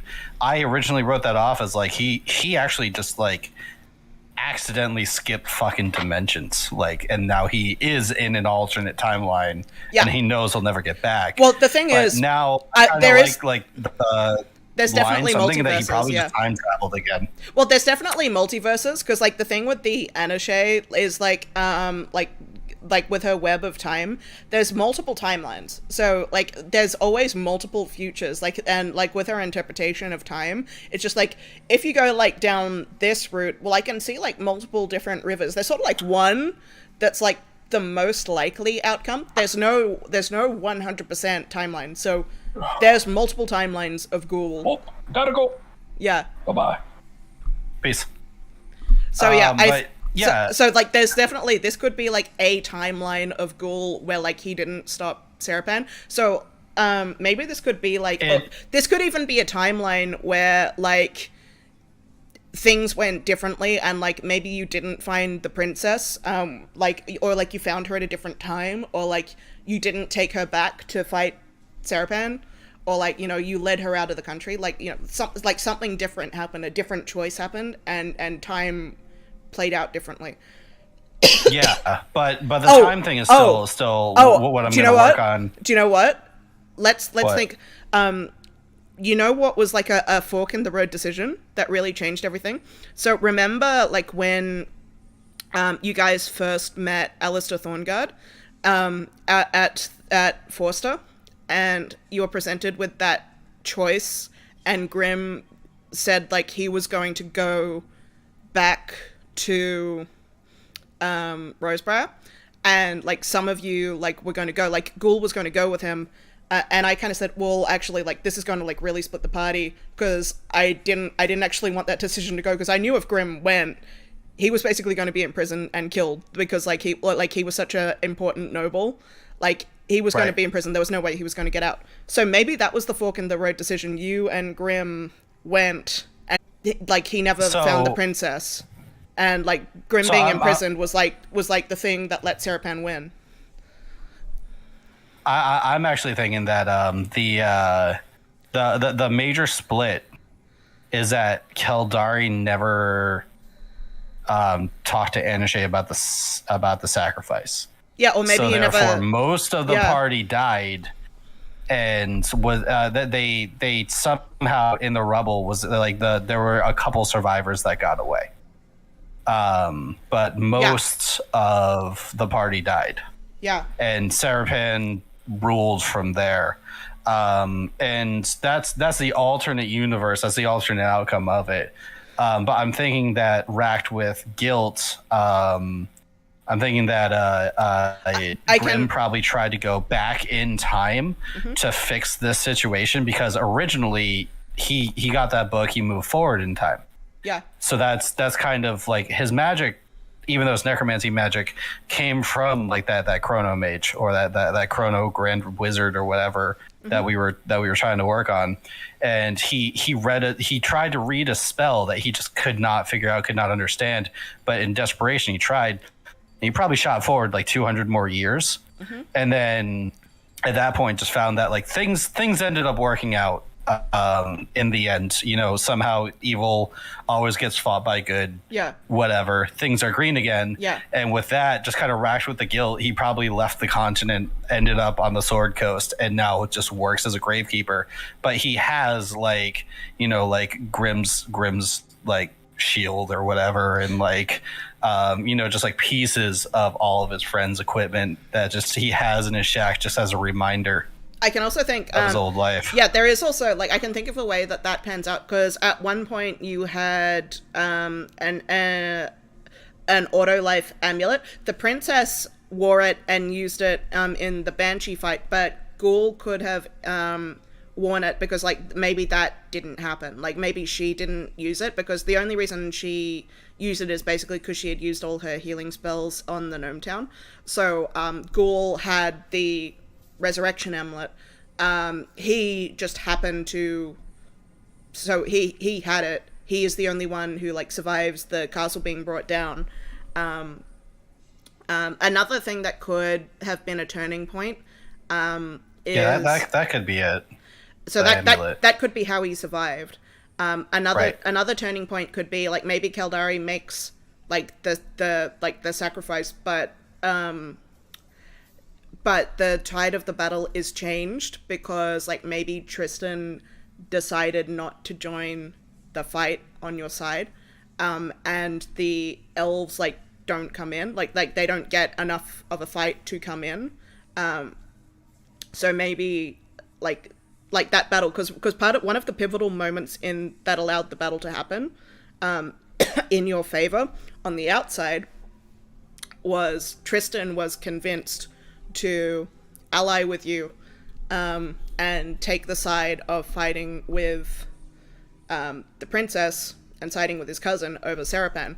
And this was actually a very conflicted decision of like, who does he side with? Does he side with like the strong queen who he's related to, or does he take a gamble on his cousin who is unproven, but who he thinks he can maybe shape into being like a strong leader and like have the opportunity to prove herself and like, you know, unite the country. And so what enabled the battle to even go ahead on the outside and contain the dragon was his forces delayed Serapan's reinforcements. If he doesn't do that, and if he doesn't delay the reinforcements and join the battle from the south, the elves and the archdruid, whose name like escapes me, begins with a D, they get wiped out. The archdruid who is fighting the dragon Mirithrax on the outside, I think I remember taking notes on the archdruid because I feel like him and I had a lot to talk about. Yeah. He was the one who set you to find the princess in the first place. He was actually a really important character. But he was busy. Actually, he was the one soloing Mirithrax. He was fighting Mirithrax like as a giant eagle and preventing the dragon from coming in and coming to Serapan's rescue. So if Serapan's forces weren't delayed, that doesn't happen. The archdruid gets killed. Mirithrax is able to come in and reinforce Serapan. And so even if Kaldari makes the sacrifice and brings you guys back up to life, fantastic! Now a dragon is attacking you, and like the city still gets taken over and reinforced by Serapan's forces. Tristan doesn't come in with his army. The elves get wiped out. You know, like that sort of like Gandalf moment where like you guys have all the forces doesn't happen. So that could be it. Like maybe Tristan taking the side of Serapan. You shall not pass. Yeah, Tristan taking the side of Serapan, or staying neutral in the fight could be another turning point. I mean, like, I definitely think that the resurrection amulet, Yeah. and Keldari maybe just not making that sacrifice would be the best way. Yeah, if you didn't go that way, if you didn't go through the forest, yeah, if you didn't go through the forest and didn't meet the Anashe, then that never happened. Like Grim didn't. Campaign was in 2020. Yeah. Choose. So if Grim doesn't so that would be like Grim didn't lose his hand either. Xiaodan wouldn't have like made the sacrifice, so like Xiaodan could have fought with you guys and been killed, because she wouldn't have known that she hadn't made that sacrifice that the princess was going to live. 100% she would make it through okay. Right. And so Grim's sacrifice was he cut off his hand in order to marry the princess. So that had nothing to do with like her safety. It was just to marry her. Right. So, but Grim would have had his hand. All right. Well, I mean, I'm gonna head off, but you know, as I said, there's a lot that we yeah, for sure could talk about for that. Hell yeah.